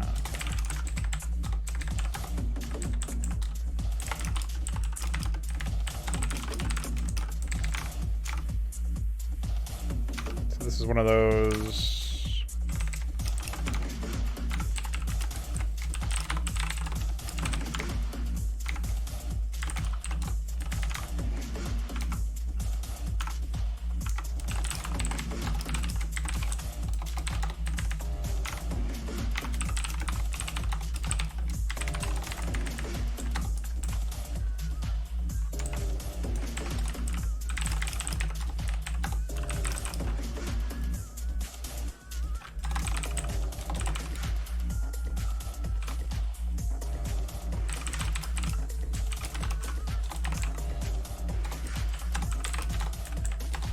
Gotta figure out what AL is at this point.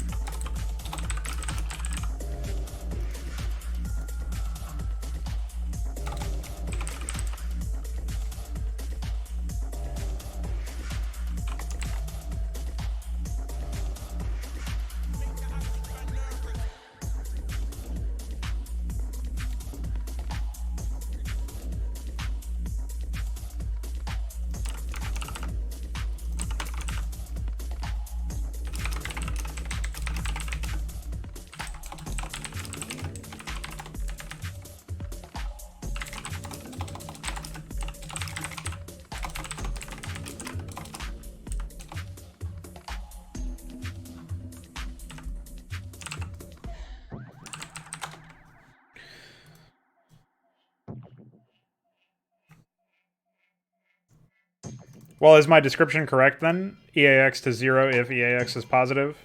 If it's negative, set it to -1.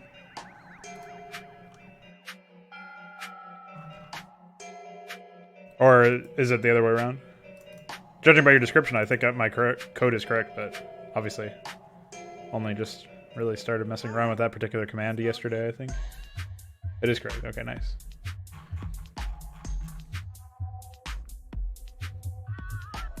Alright, well, AL is either a unit AI used resource, or worker AI times died, or unit stat group flags. So I gotta figure out where is Blocky? Blocky is only called from block C, and it's jumped to rather. It's jumped to when AL is worker AI times died. Okay.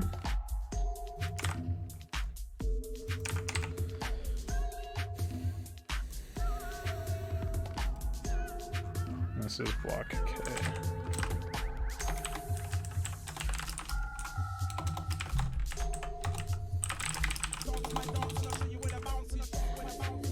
And block J.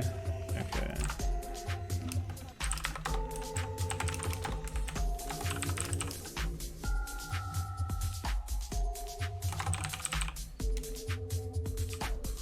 Block L.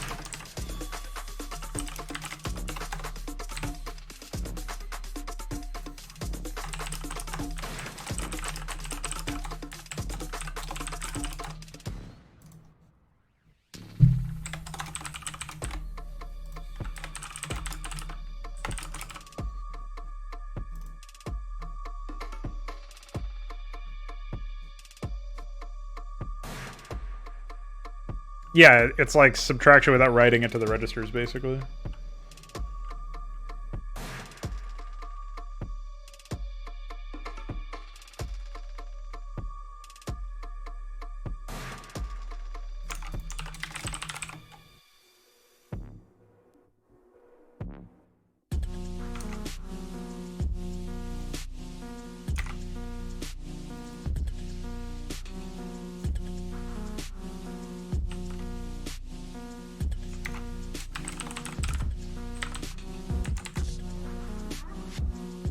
Yeah, that's what I mean.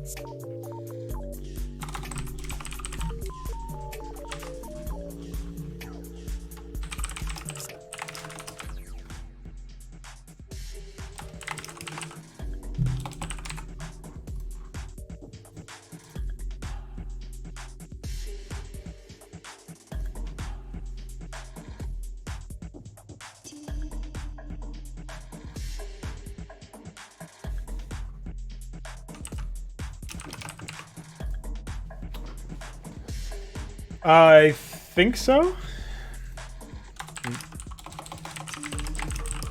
I mean, it's just, I think the biggest issue is like when I don't know what,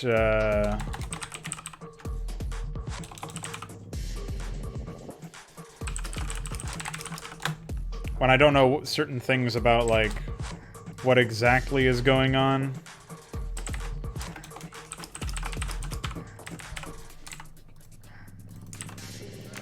Hold on.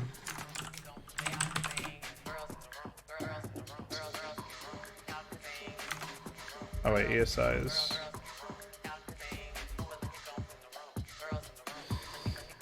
$38. What the fuck? There is no 38.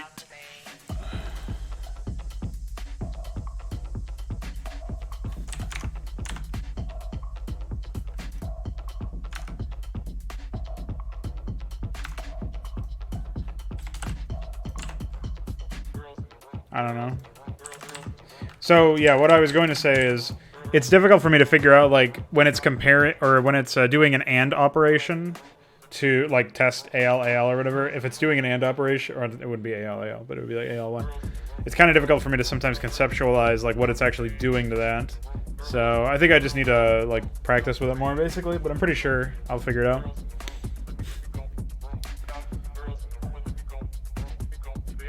What I am wondering about right now is like it's checking AI Town gas buildings, which is an array of 0 times 3, but or 0x3, but like that's AI Town from 30 till 30. Well, from 30 until 3B, I guess, because that's 12 or 11. Well, it's 12 counting 0. So I guess that's what that is. It's an array of 4 bytes, 3 times 4, so I guess that makes sense. But I'm not sure if me writing AI town gas building 0x3 is enough in this sense.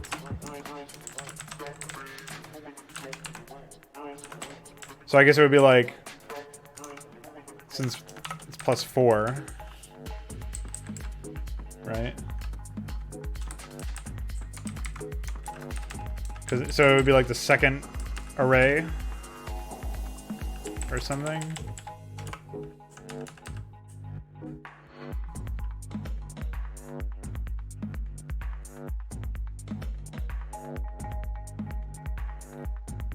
Yeah, I looked up a video that explained them all. I can always go back to it if I'm confused. I just need to keep practicing with it so that it's like written into my brain, you know? So in this case, it's plus 8.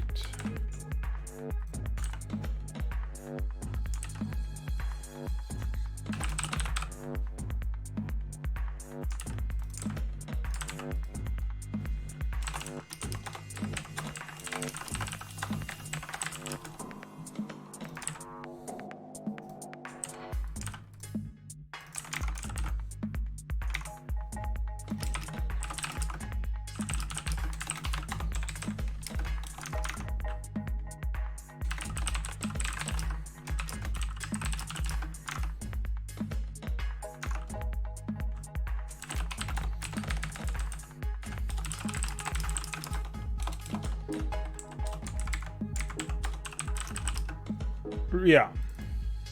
Yeah, that's what I was just saying. I don't know if this is a good way to write that, or if you want me to write something else. ESI is town, worker town. Oops.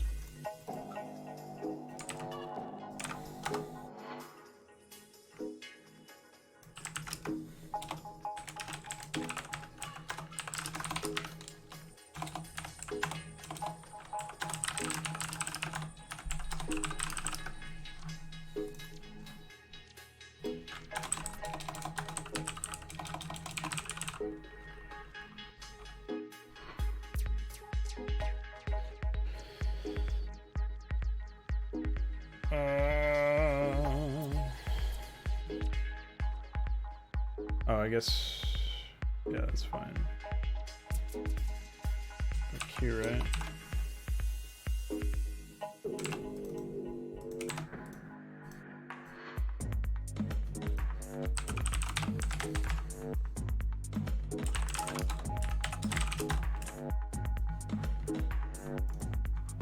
What do you mean?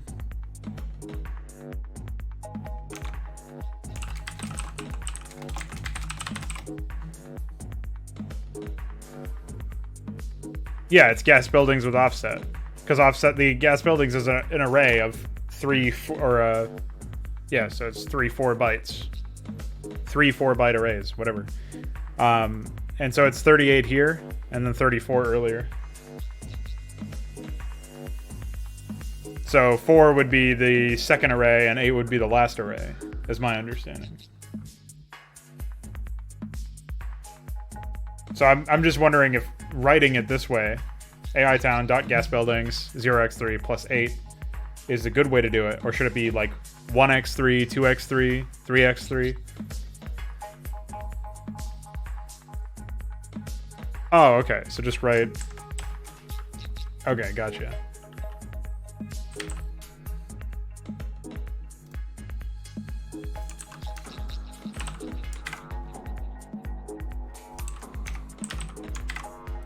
Okay, I'll remember that for next time.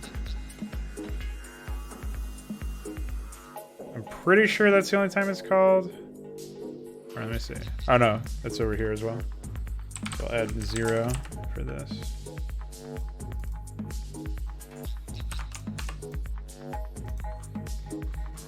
Okay, so we're good there. It's just looping through the various arrays by the looks of things. Or looping through that array. Ooh.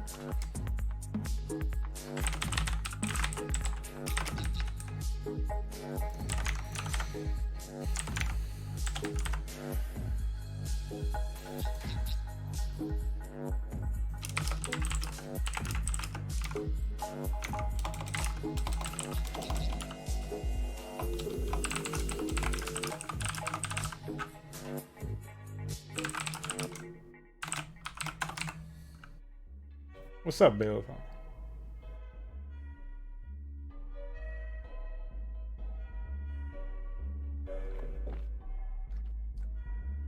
Yeah, I was working on the desert tile set earlier, but it's a lot of messing around in Photoshop, and I got a little grading. And now I'm working on a function that will help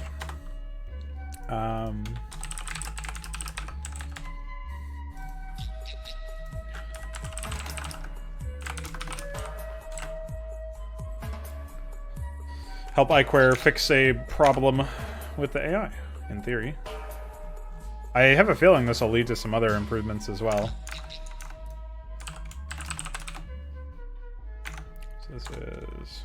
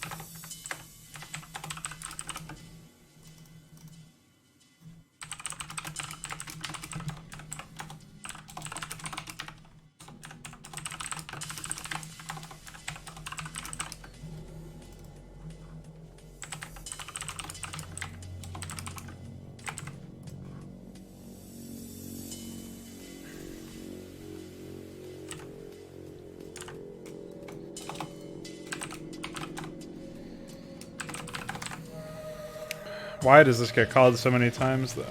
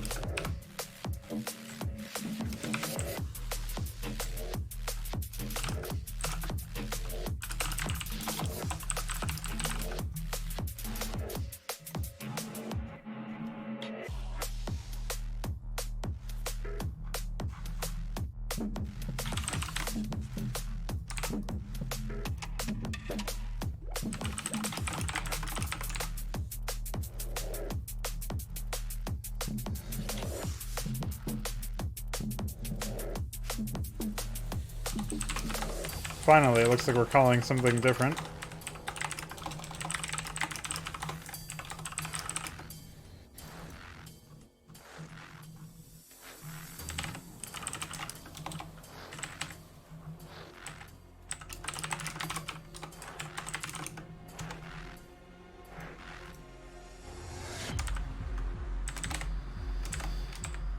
Oh, never mind.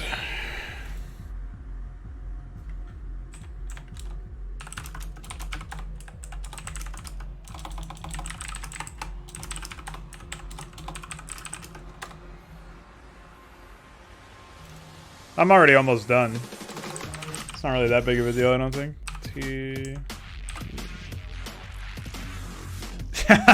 Well, I might also be making a lot of mistakes, remember.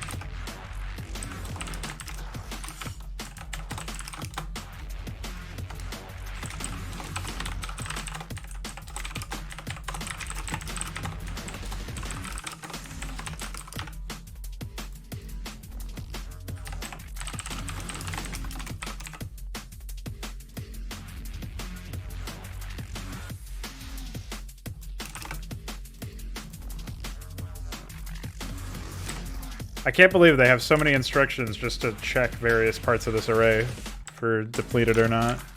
I'm assuming that's what AI get gas resource state is.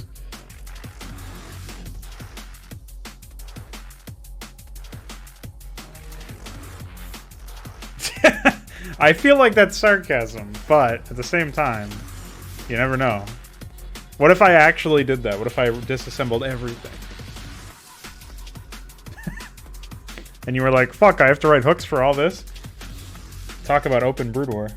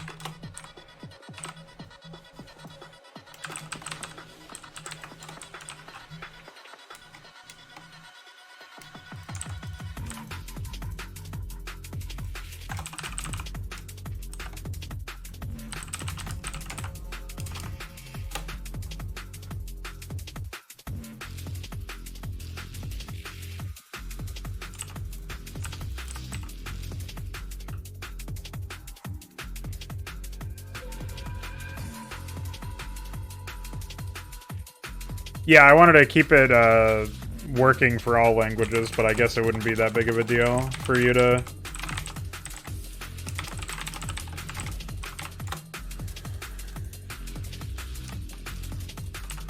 implement yourself.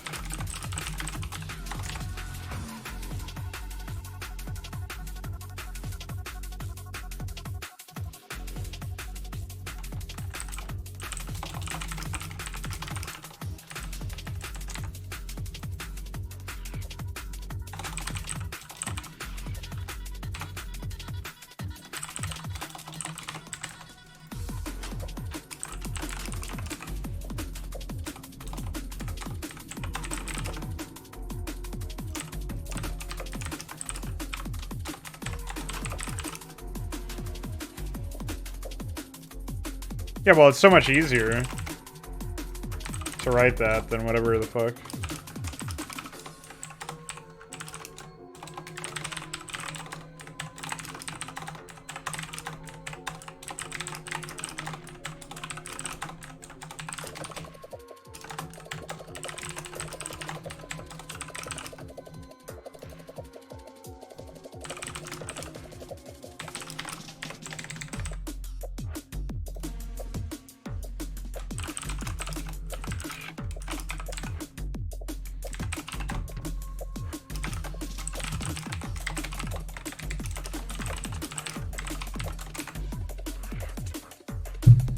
Right, yeah.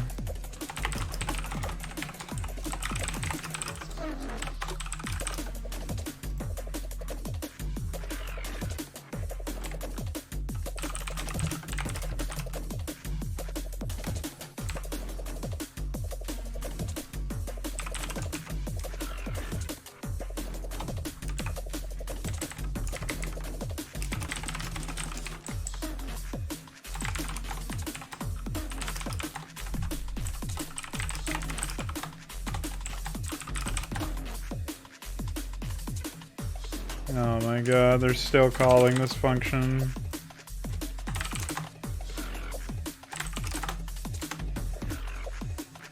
How many more they call it so many times for no reason, man. What a fuck. I have to translate every single instance of them calling this same function every time. What the fuck?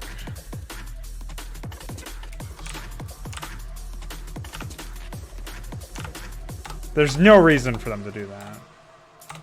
Like, why?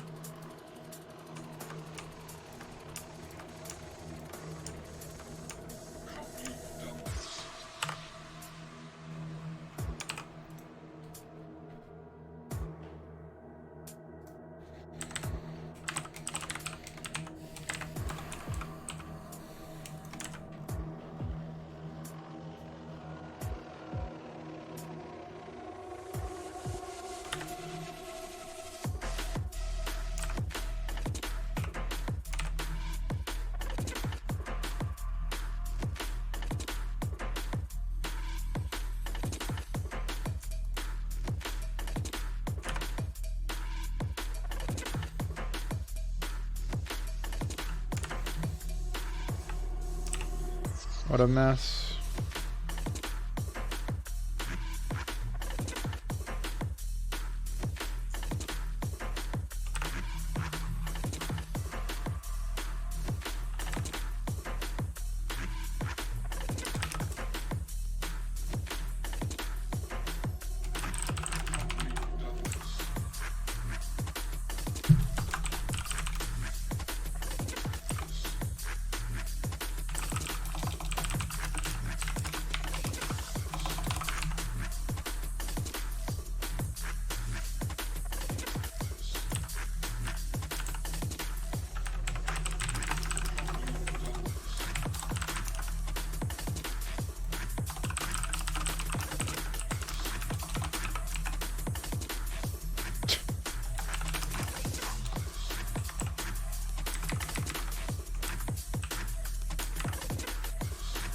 Oh, I guess this is EDI.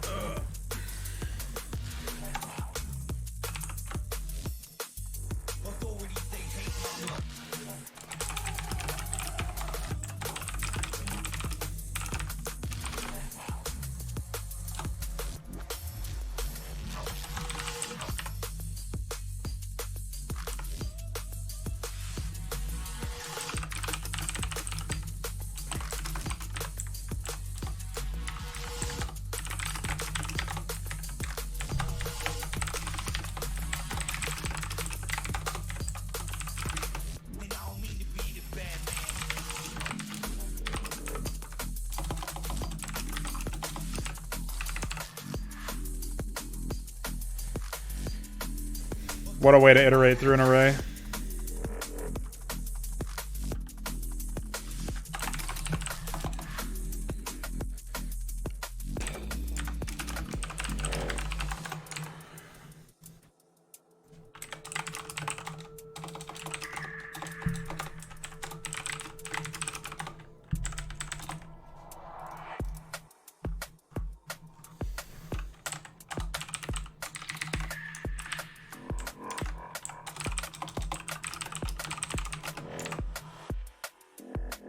Yeah, I know.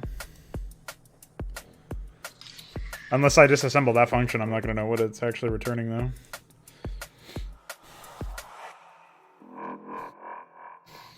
I can disassemble that next if you want.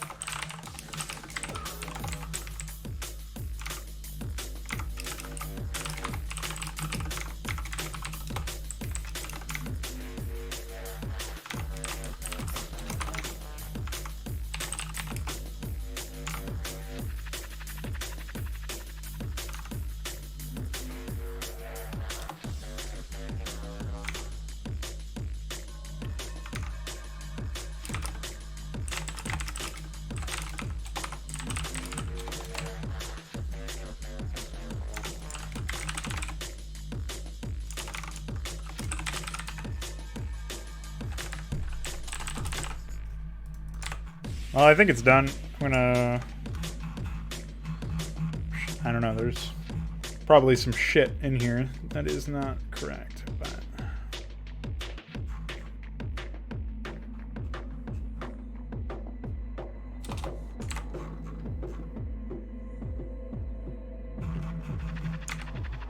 Alright. There you go. Send it over.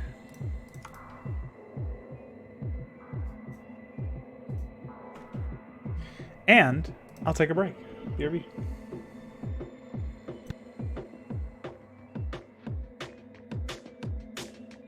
It is the year 2133.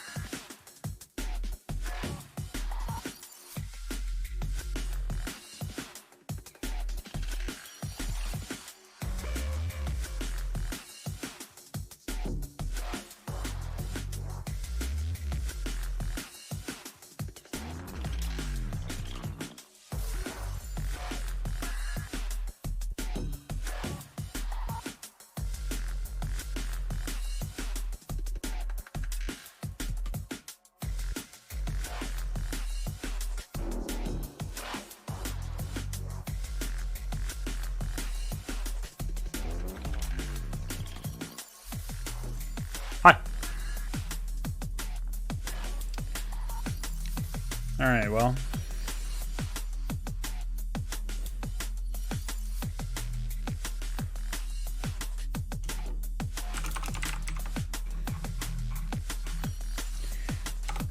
Iquare has not told me what he wants next, so I'll just do this.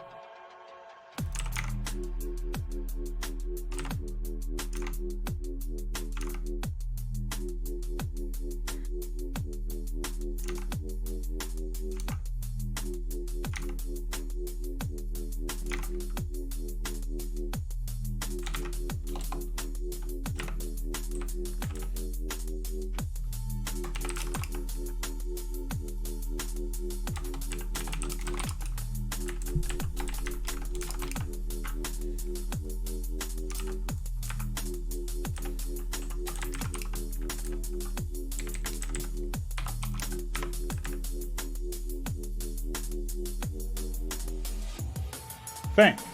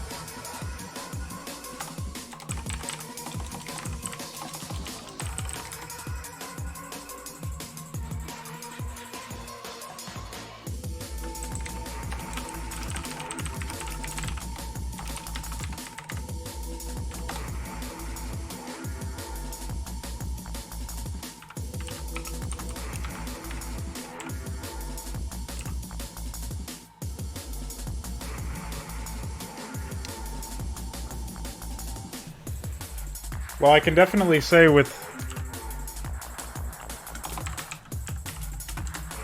confidence, I'm feeling way better about this stuff.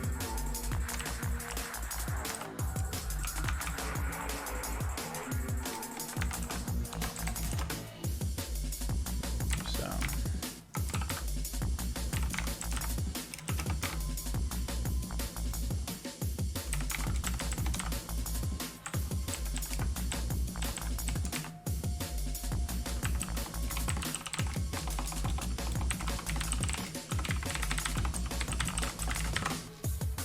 Alright, we'll have that next.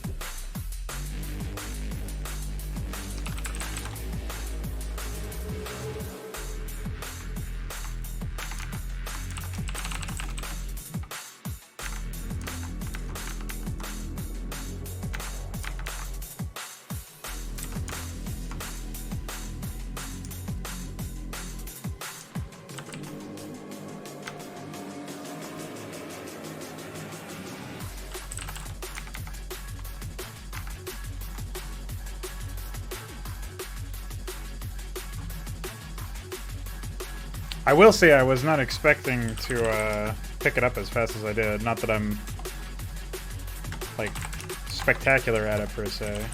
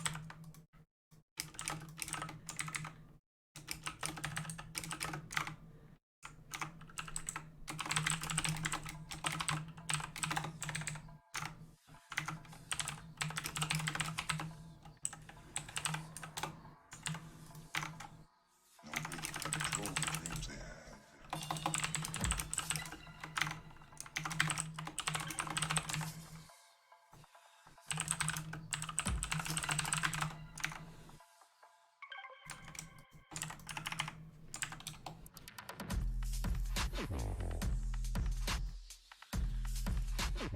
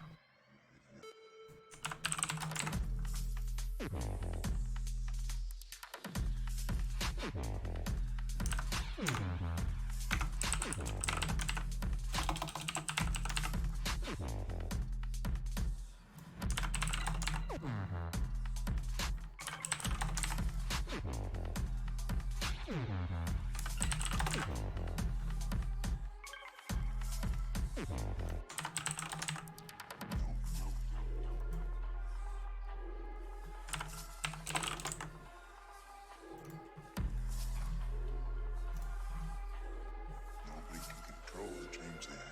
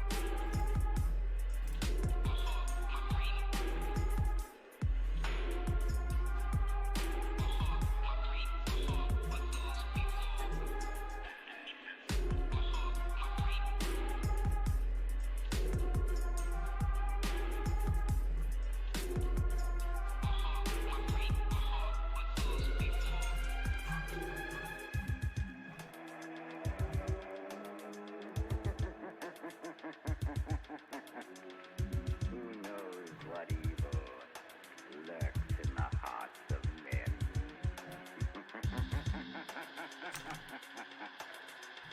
The shadow knows.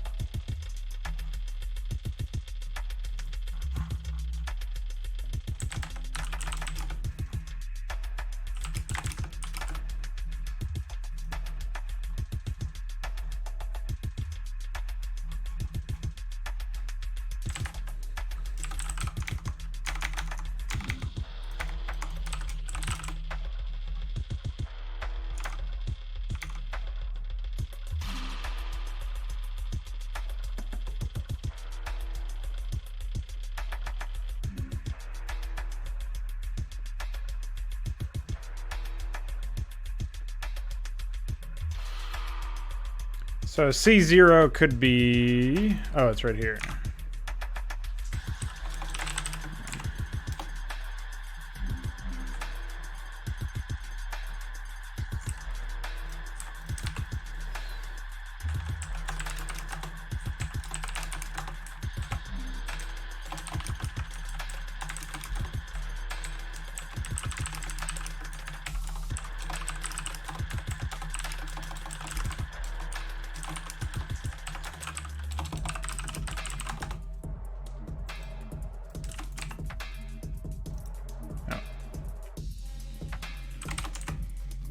Okay, so then we have what exactly?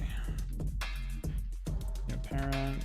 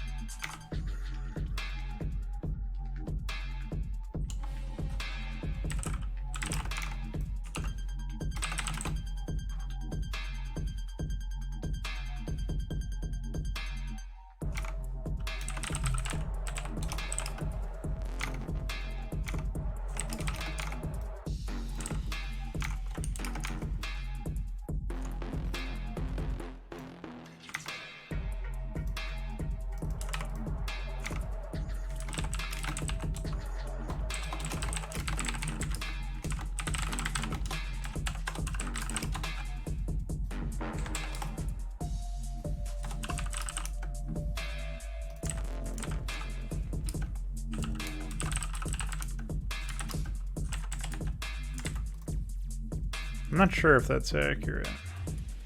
ESI is unit, but what other C8 values are there? In hanger count? It would not be that. Tech could be that. That's the only other C8, so... Oh no, there is a C8 down here for worker, but we know it's not that.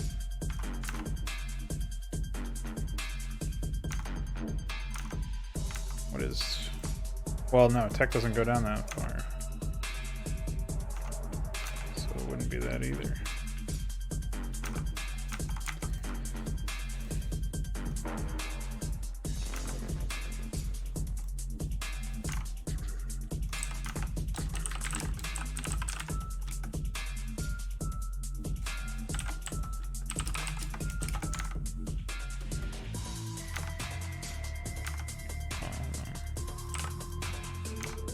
I guess it is.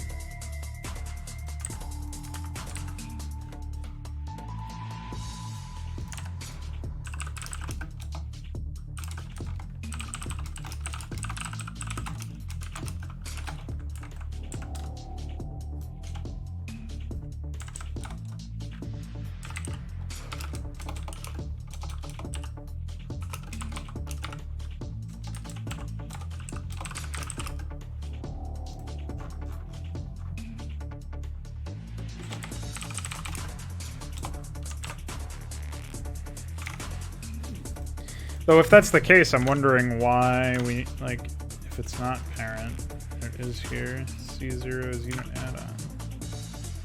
Ah, I see.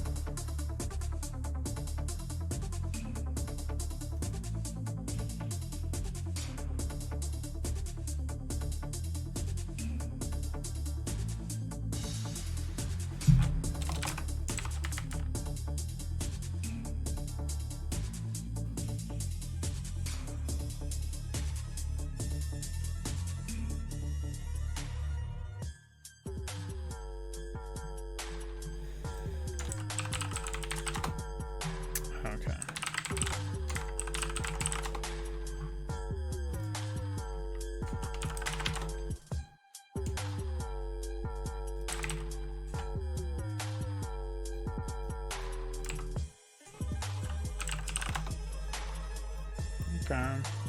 We figured it out, I think.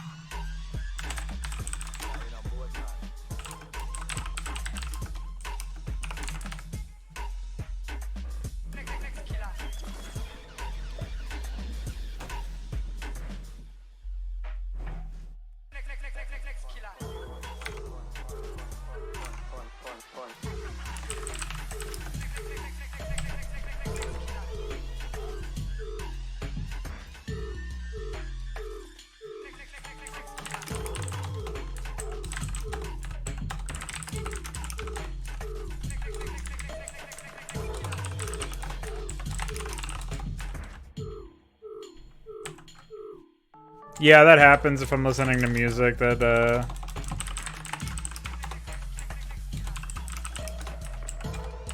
is copyrighted or something.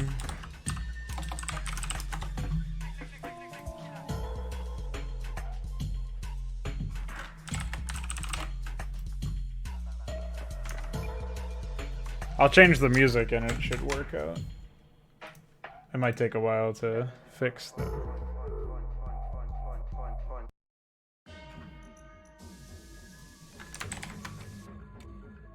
Yeah, it was probably just one of the... It probably wasn't even the most recent song. It was probably some other song.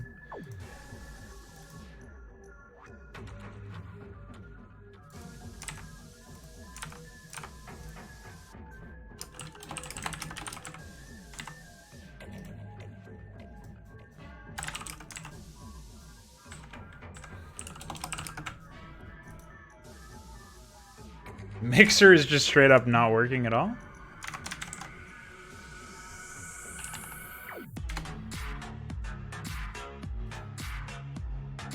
That might end up being fixed if I just...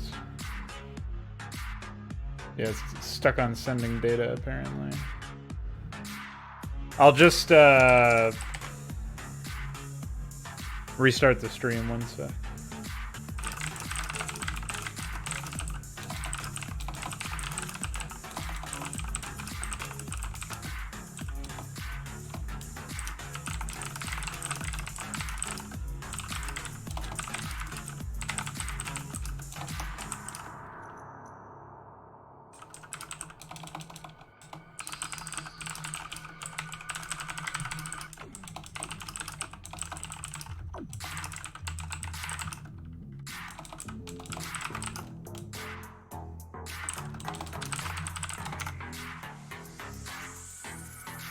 Epic. Don't ask me why it wasn't working. I wouldn't be able to tell you.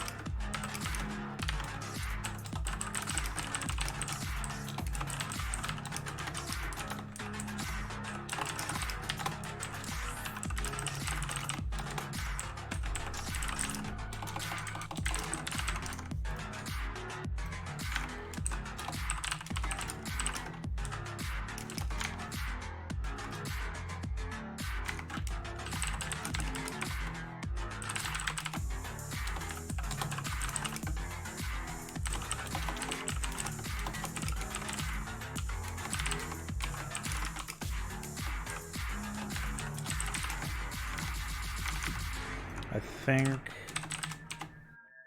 64 is the unit ID.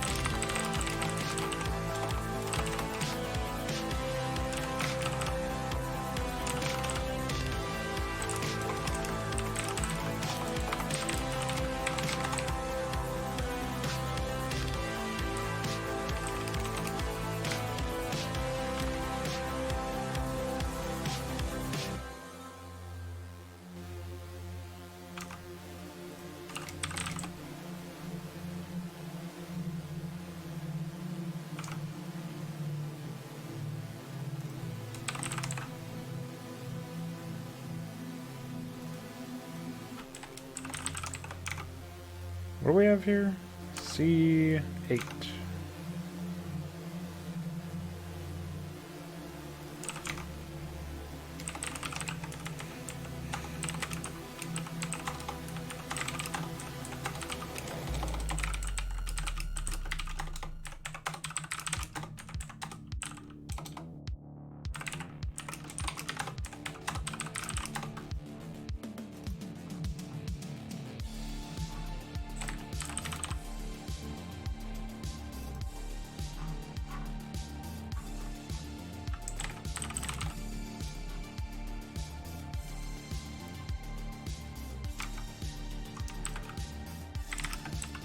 I don't remember what J and B should be in here.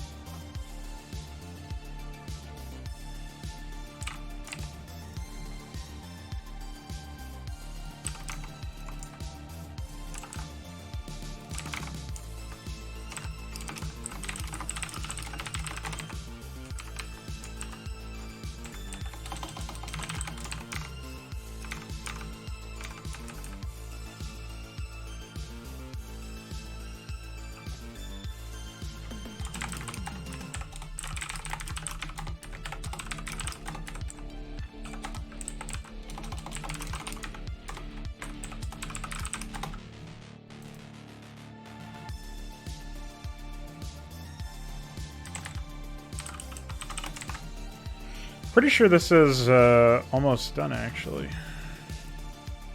We're not so far off.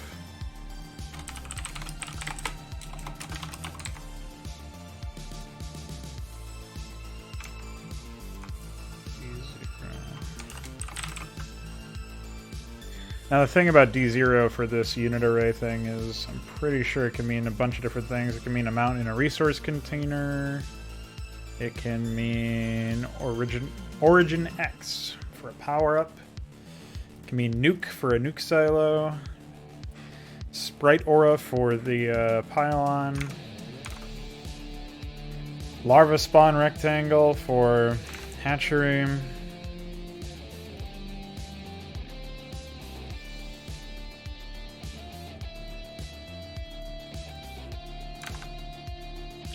I think there's some other shit in here too. Harvest target for worker. And lone sprite nuke dot for ghost. Now since this is checking unit dat requirements, we can rule out, I think, the larva stuff. We can rule out the ghost stuff. We could probably rule out a nuke silo because it wouldn't check. I mean, I guess it does check if it has a nuke in the silo before doing that. We can rule out power up though. We can rule out resource container. And so this might actually end up being the nuke silo now that I think about it.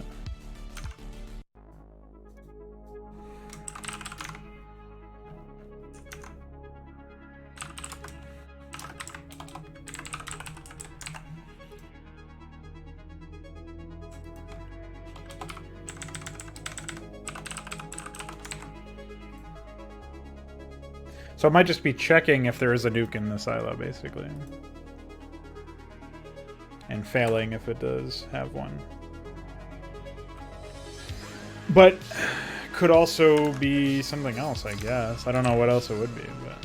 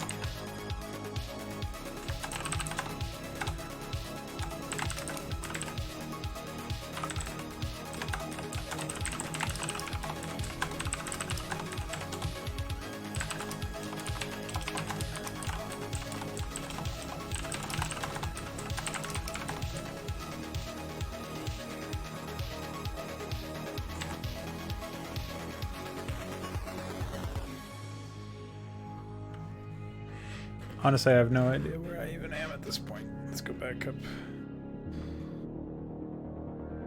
to borrowed, yeah. Alright, I was checking ESI CO, so units CO, again, C0 could be any number of things. C0 could be a bunch of different things. It could be first inside child for carrier reaver, it could be parent for interceptor, it could be building add-on.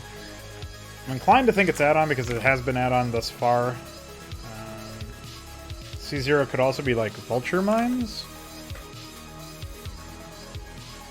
What does it jump to? Block C.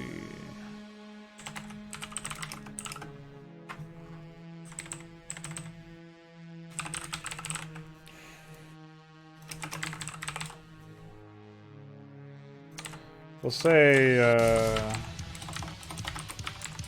that for now, but it could be vulture mines if like it's checking if they have any mines.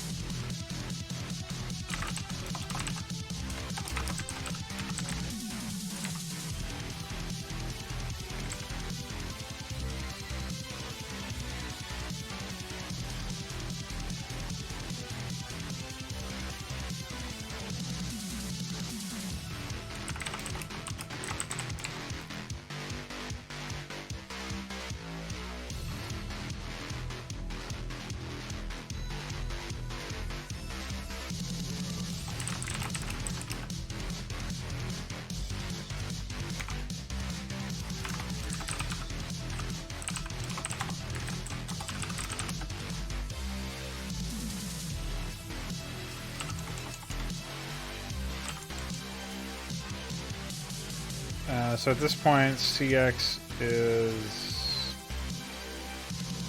requirement table.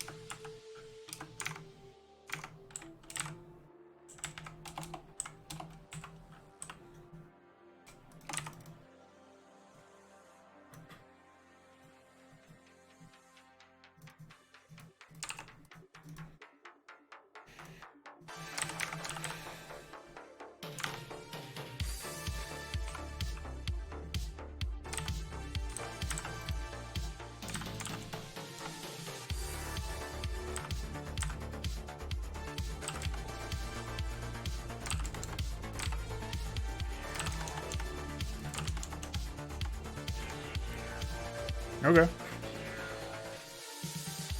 Hello, IDDIX? I don't know if I said your name right. This is some functions from Starcraft. We don't have the source code, so I'm reverse engineering based on the assembly code, that the machine code that the game spits out when you decompile it. And I'm basically figuring out what the game is doing at various during various functions. I'm new to assembly, so I'm not necessarily doing a great job. But, you know, gotta start somewhere.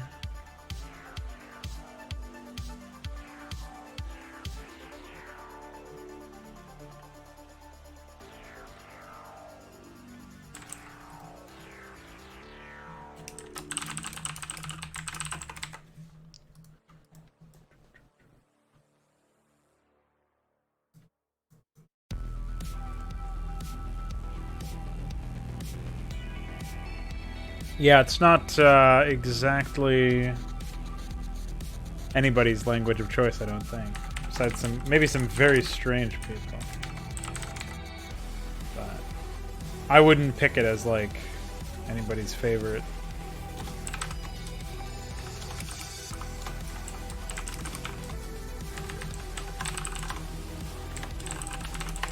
It's the reason why I'm doing this is so that this pseudo code that I'm writing here can be turned into actual code that is identical to the game's functions, which we can then modify to add functionality or to fix some bugs or anything like that.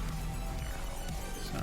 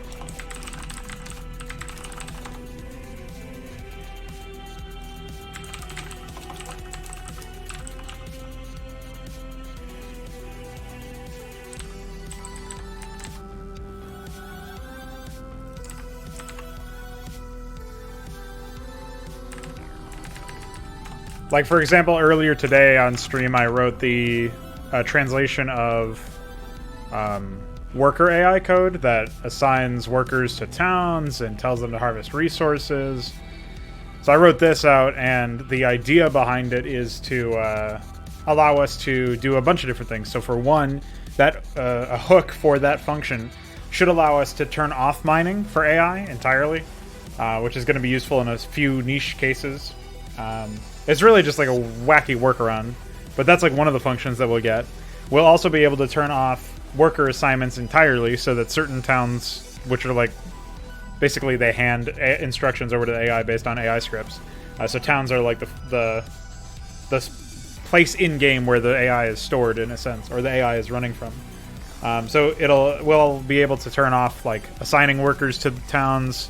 We'll be able to turn off assigning workers to resources so that you get maybe there's like a section where you want the AI to set up a town that puts some workers there for repairs but doesn't actually mine with them, so that they always stay near the front lines or something. You could theoretically do something like that with that function.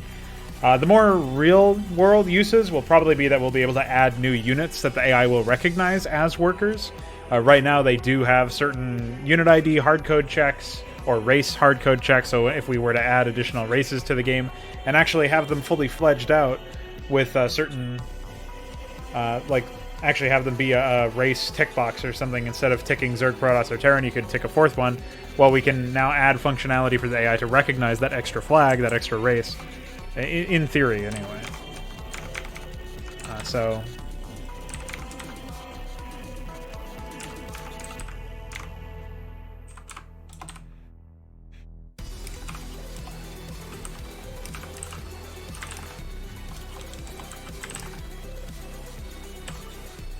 we use plugins for that. So there's a program called Firegraft, which can be used to add plugins to an executable file. The executable file and all modified data files are injected into the exe at runtime, I believe, like at launch. I don't know the specific details. I'm probably fucking up some terminology. But as I understand, basically the game is launched and then through the exe, and then because you're launching it through this exe, there's some code there that tells the modified game data, basically injects the modified game data into the game as it's launching. And so you're still running through Blizzard's code, but you're overwriting a bunch of their own defaults with your modified code. Be it like modified game data files, which is very basic, like changing the range of something or the sight range or the health. Or it could be something much more advanced, like adding a new behavior and having code running in the background that's completely different and loading external files and all sorts of very, very high, like I won't say high-end in a sense that it's very complex. On the relative scale, it's probably not, but much more complex than simply changing some stats around.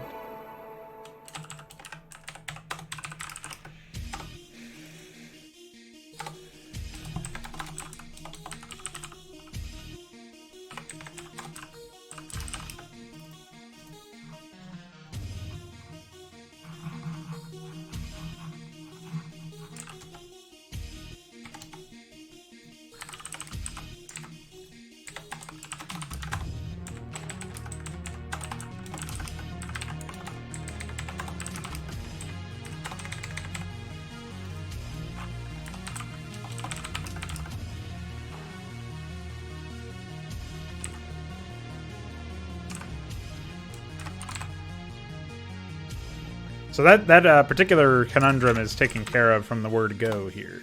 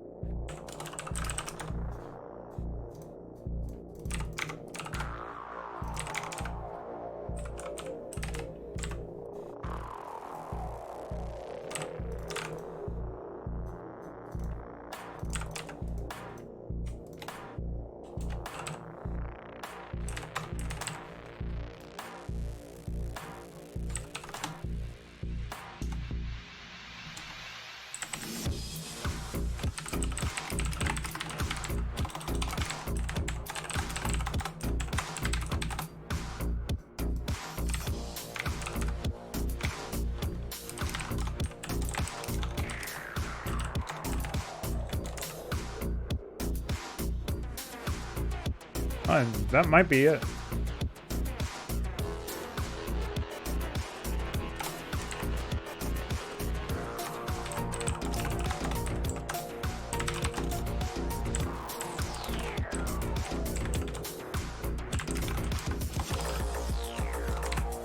I shall have fun. You have fun as well. Have a good one. Stay safe. not sure if there's anything else for me to do here.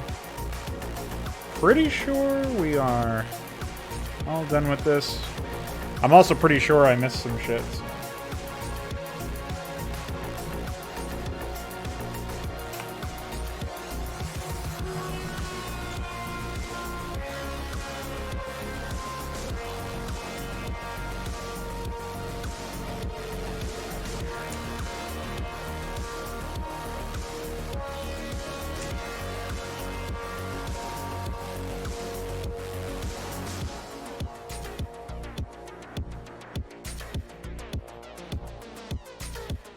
I'll get this prepared and do the first little bit of this.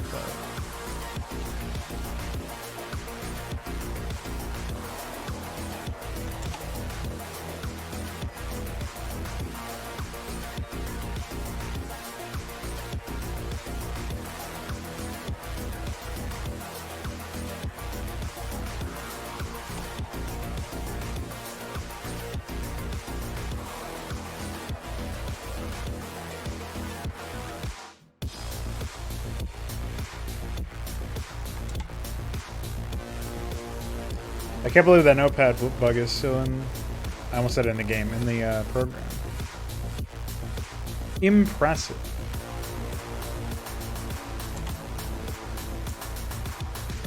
Though for all I know, it has something to do with how I set up my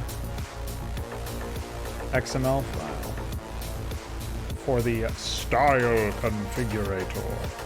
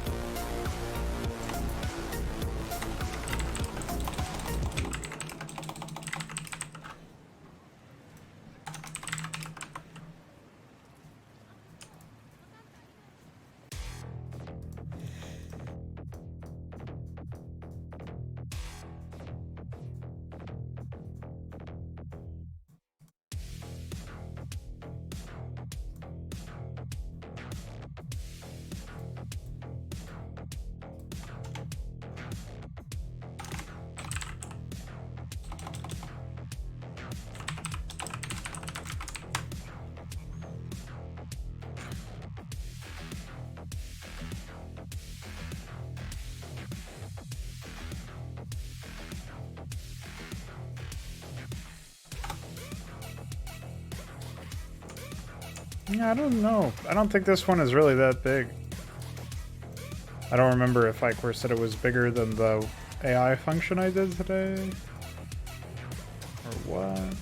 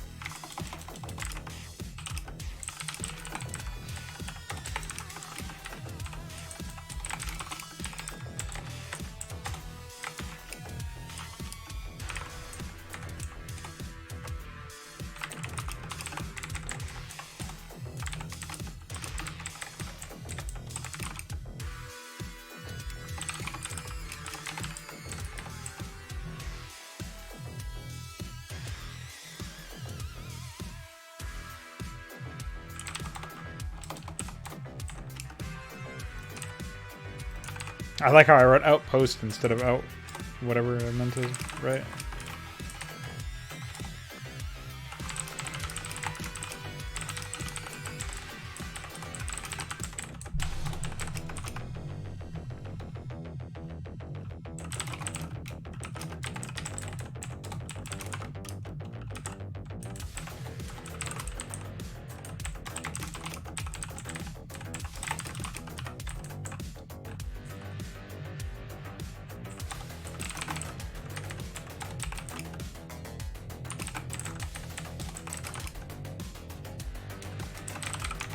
Foresee his player ID?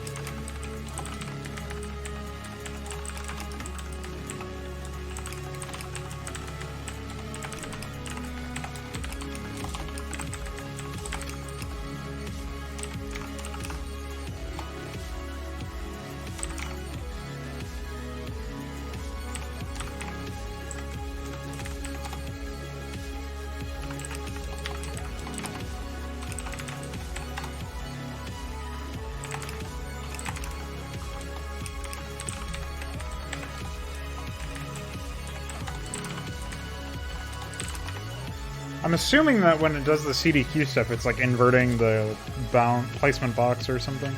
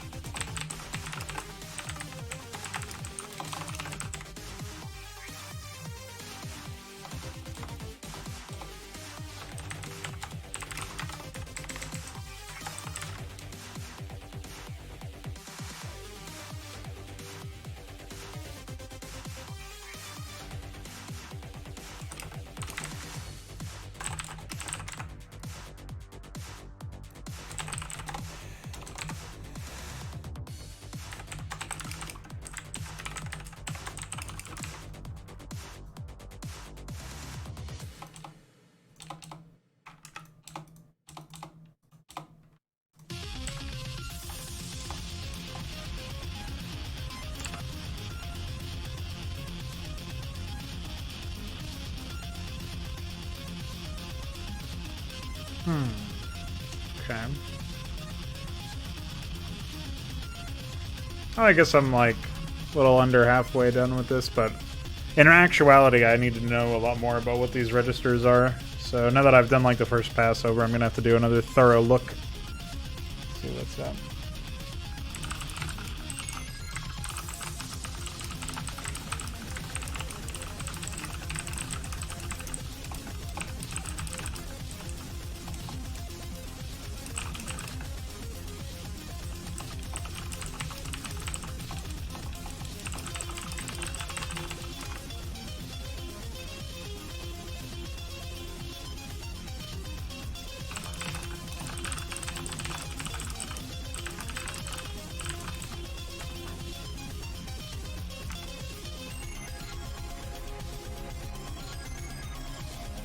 But yeah, that's that, I think.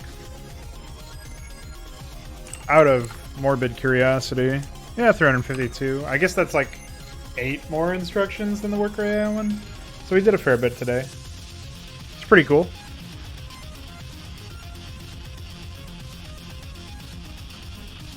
I think I can mark this as completed as well. Oh, I guess I already was in there. Anyway. But yeah. So this is the... Hopefully, if I do this right, this will allow Icor to fix the bug where like AI sometimes stack structures on top of each other. And that will in turn allow us to implement some other cool functions. So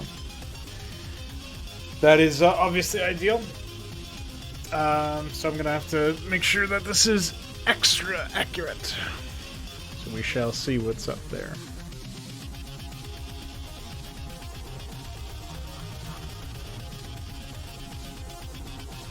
And anyway, I'm out of here. We might be back for Fraud Night if people are interested. If not, I'll see you guys tomorrow for another Modstream.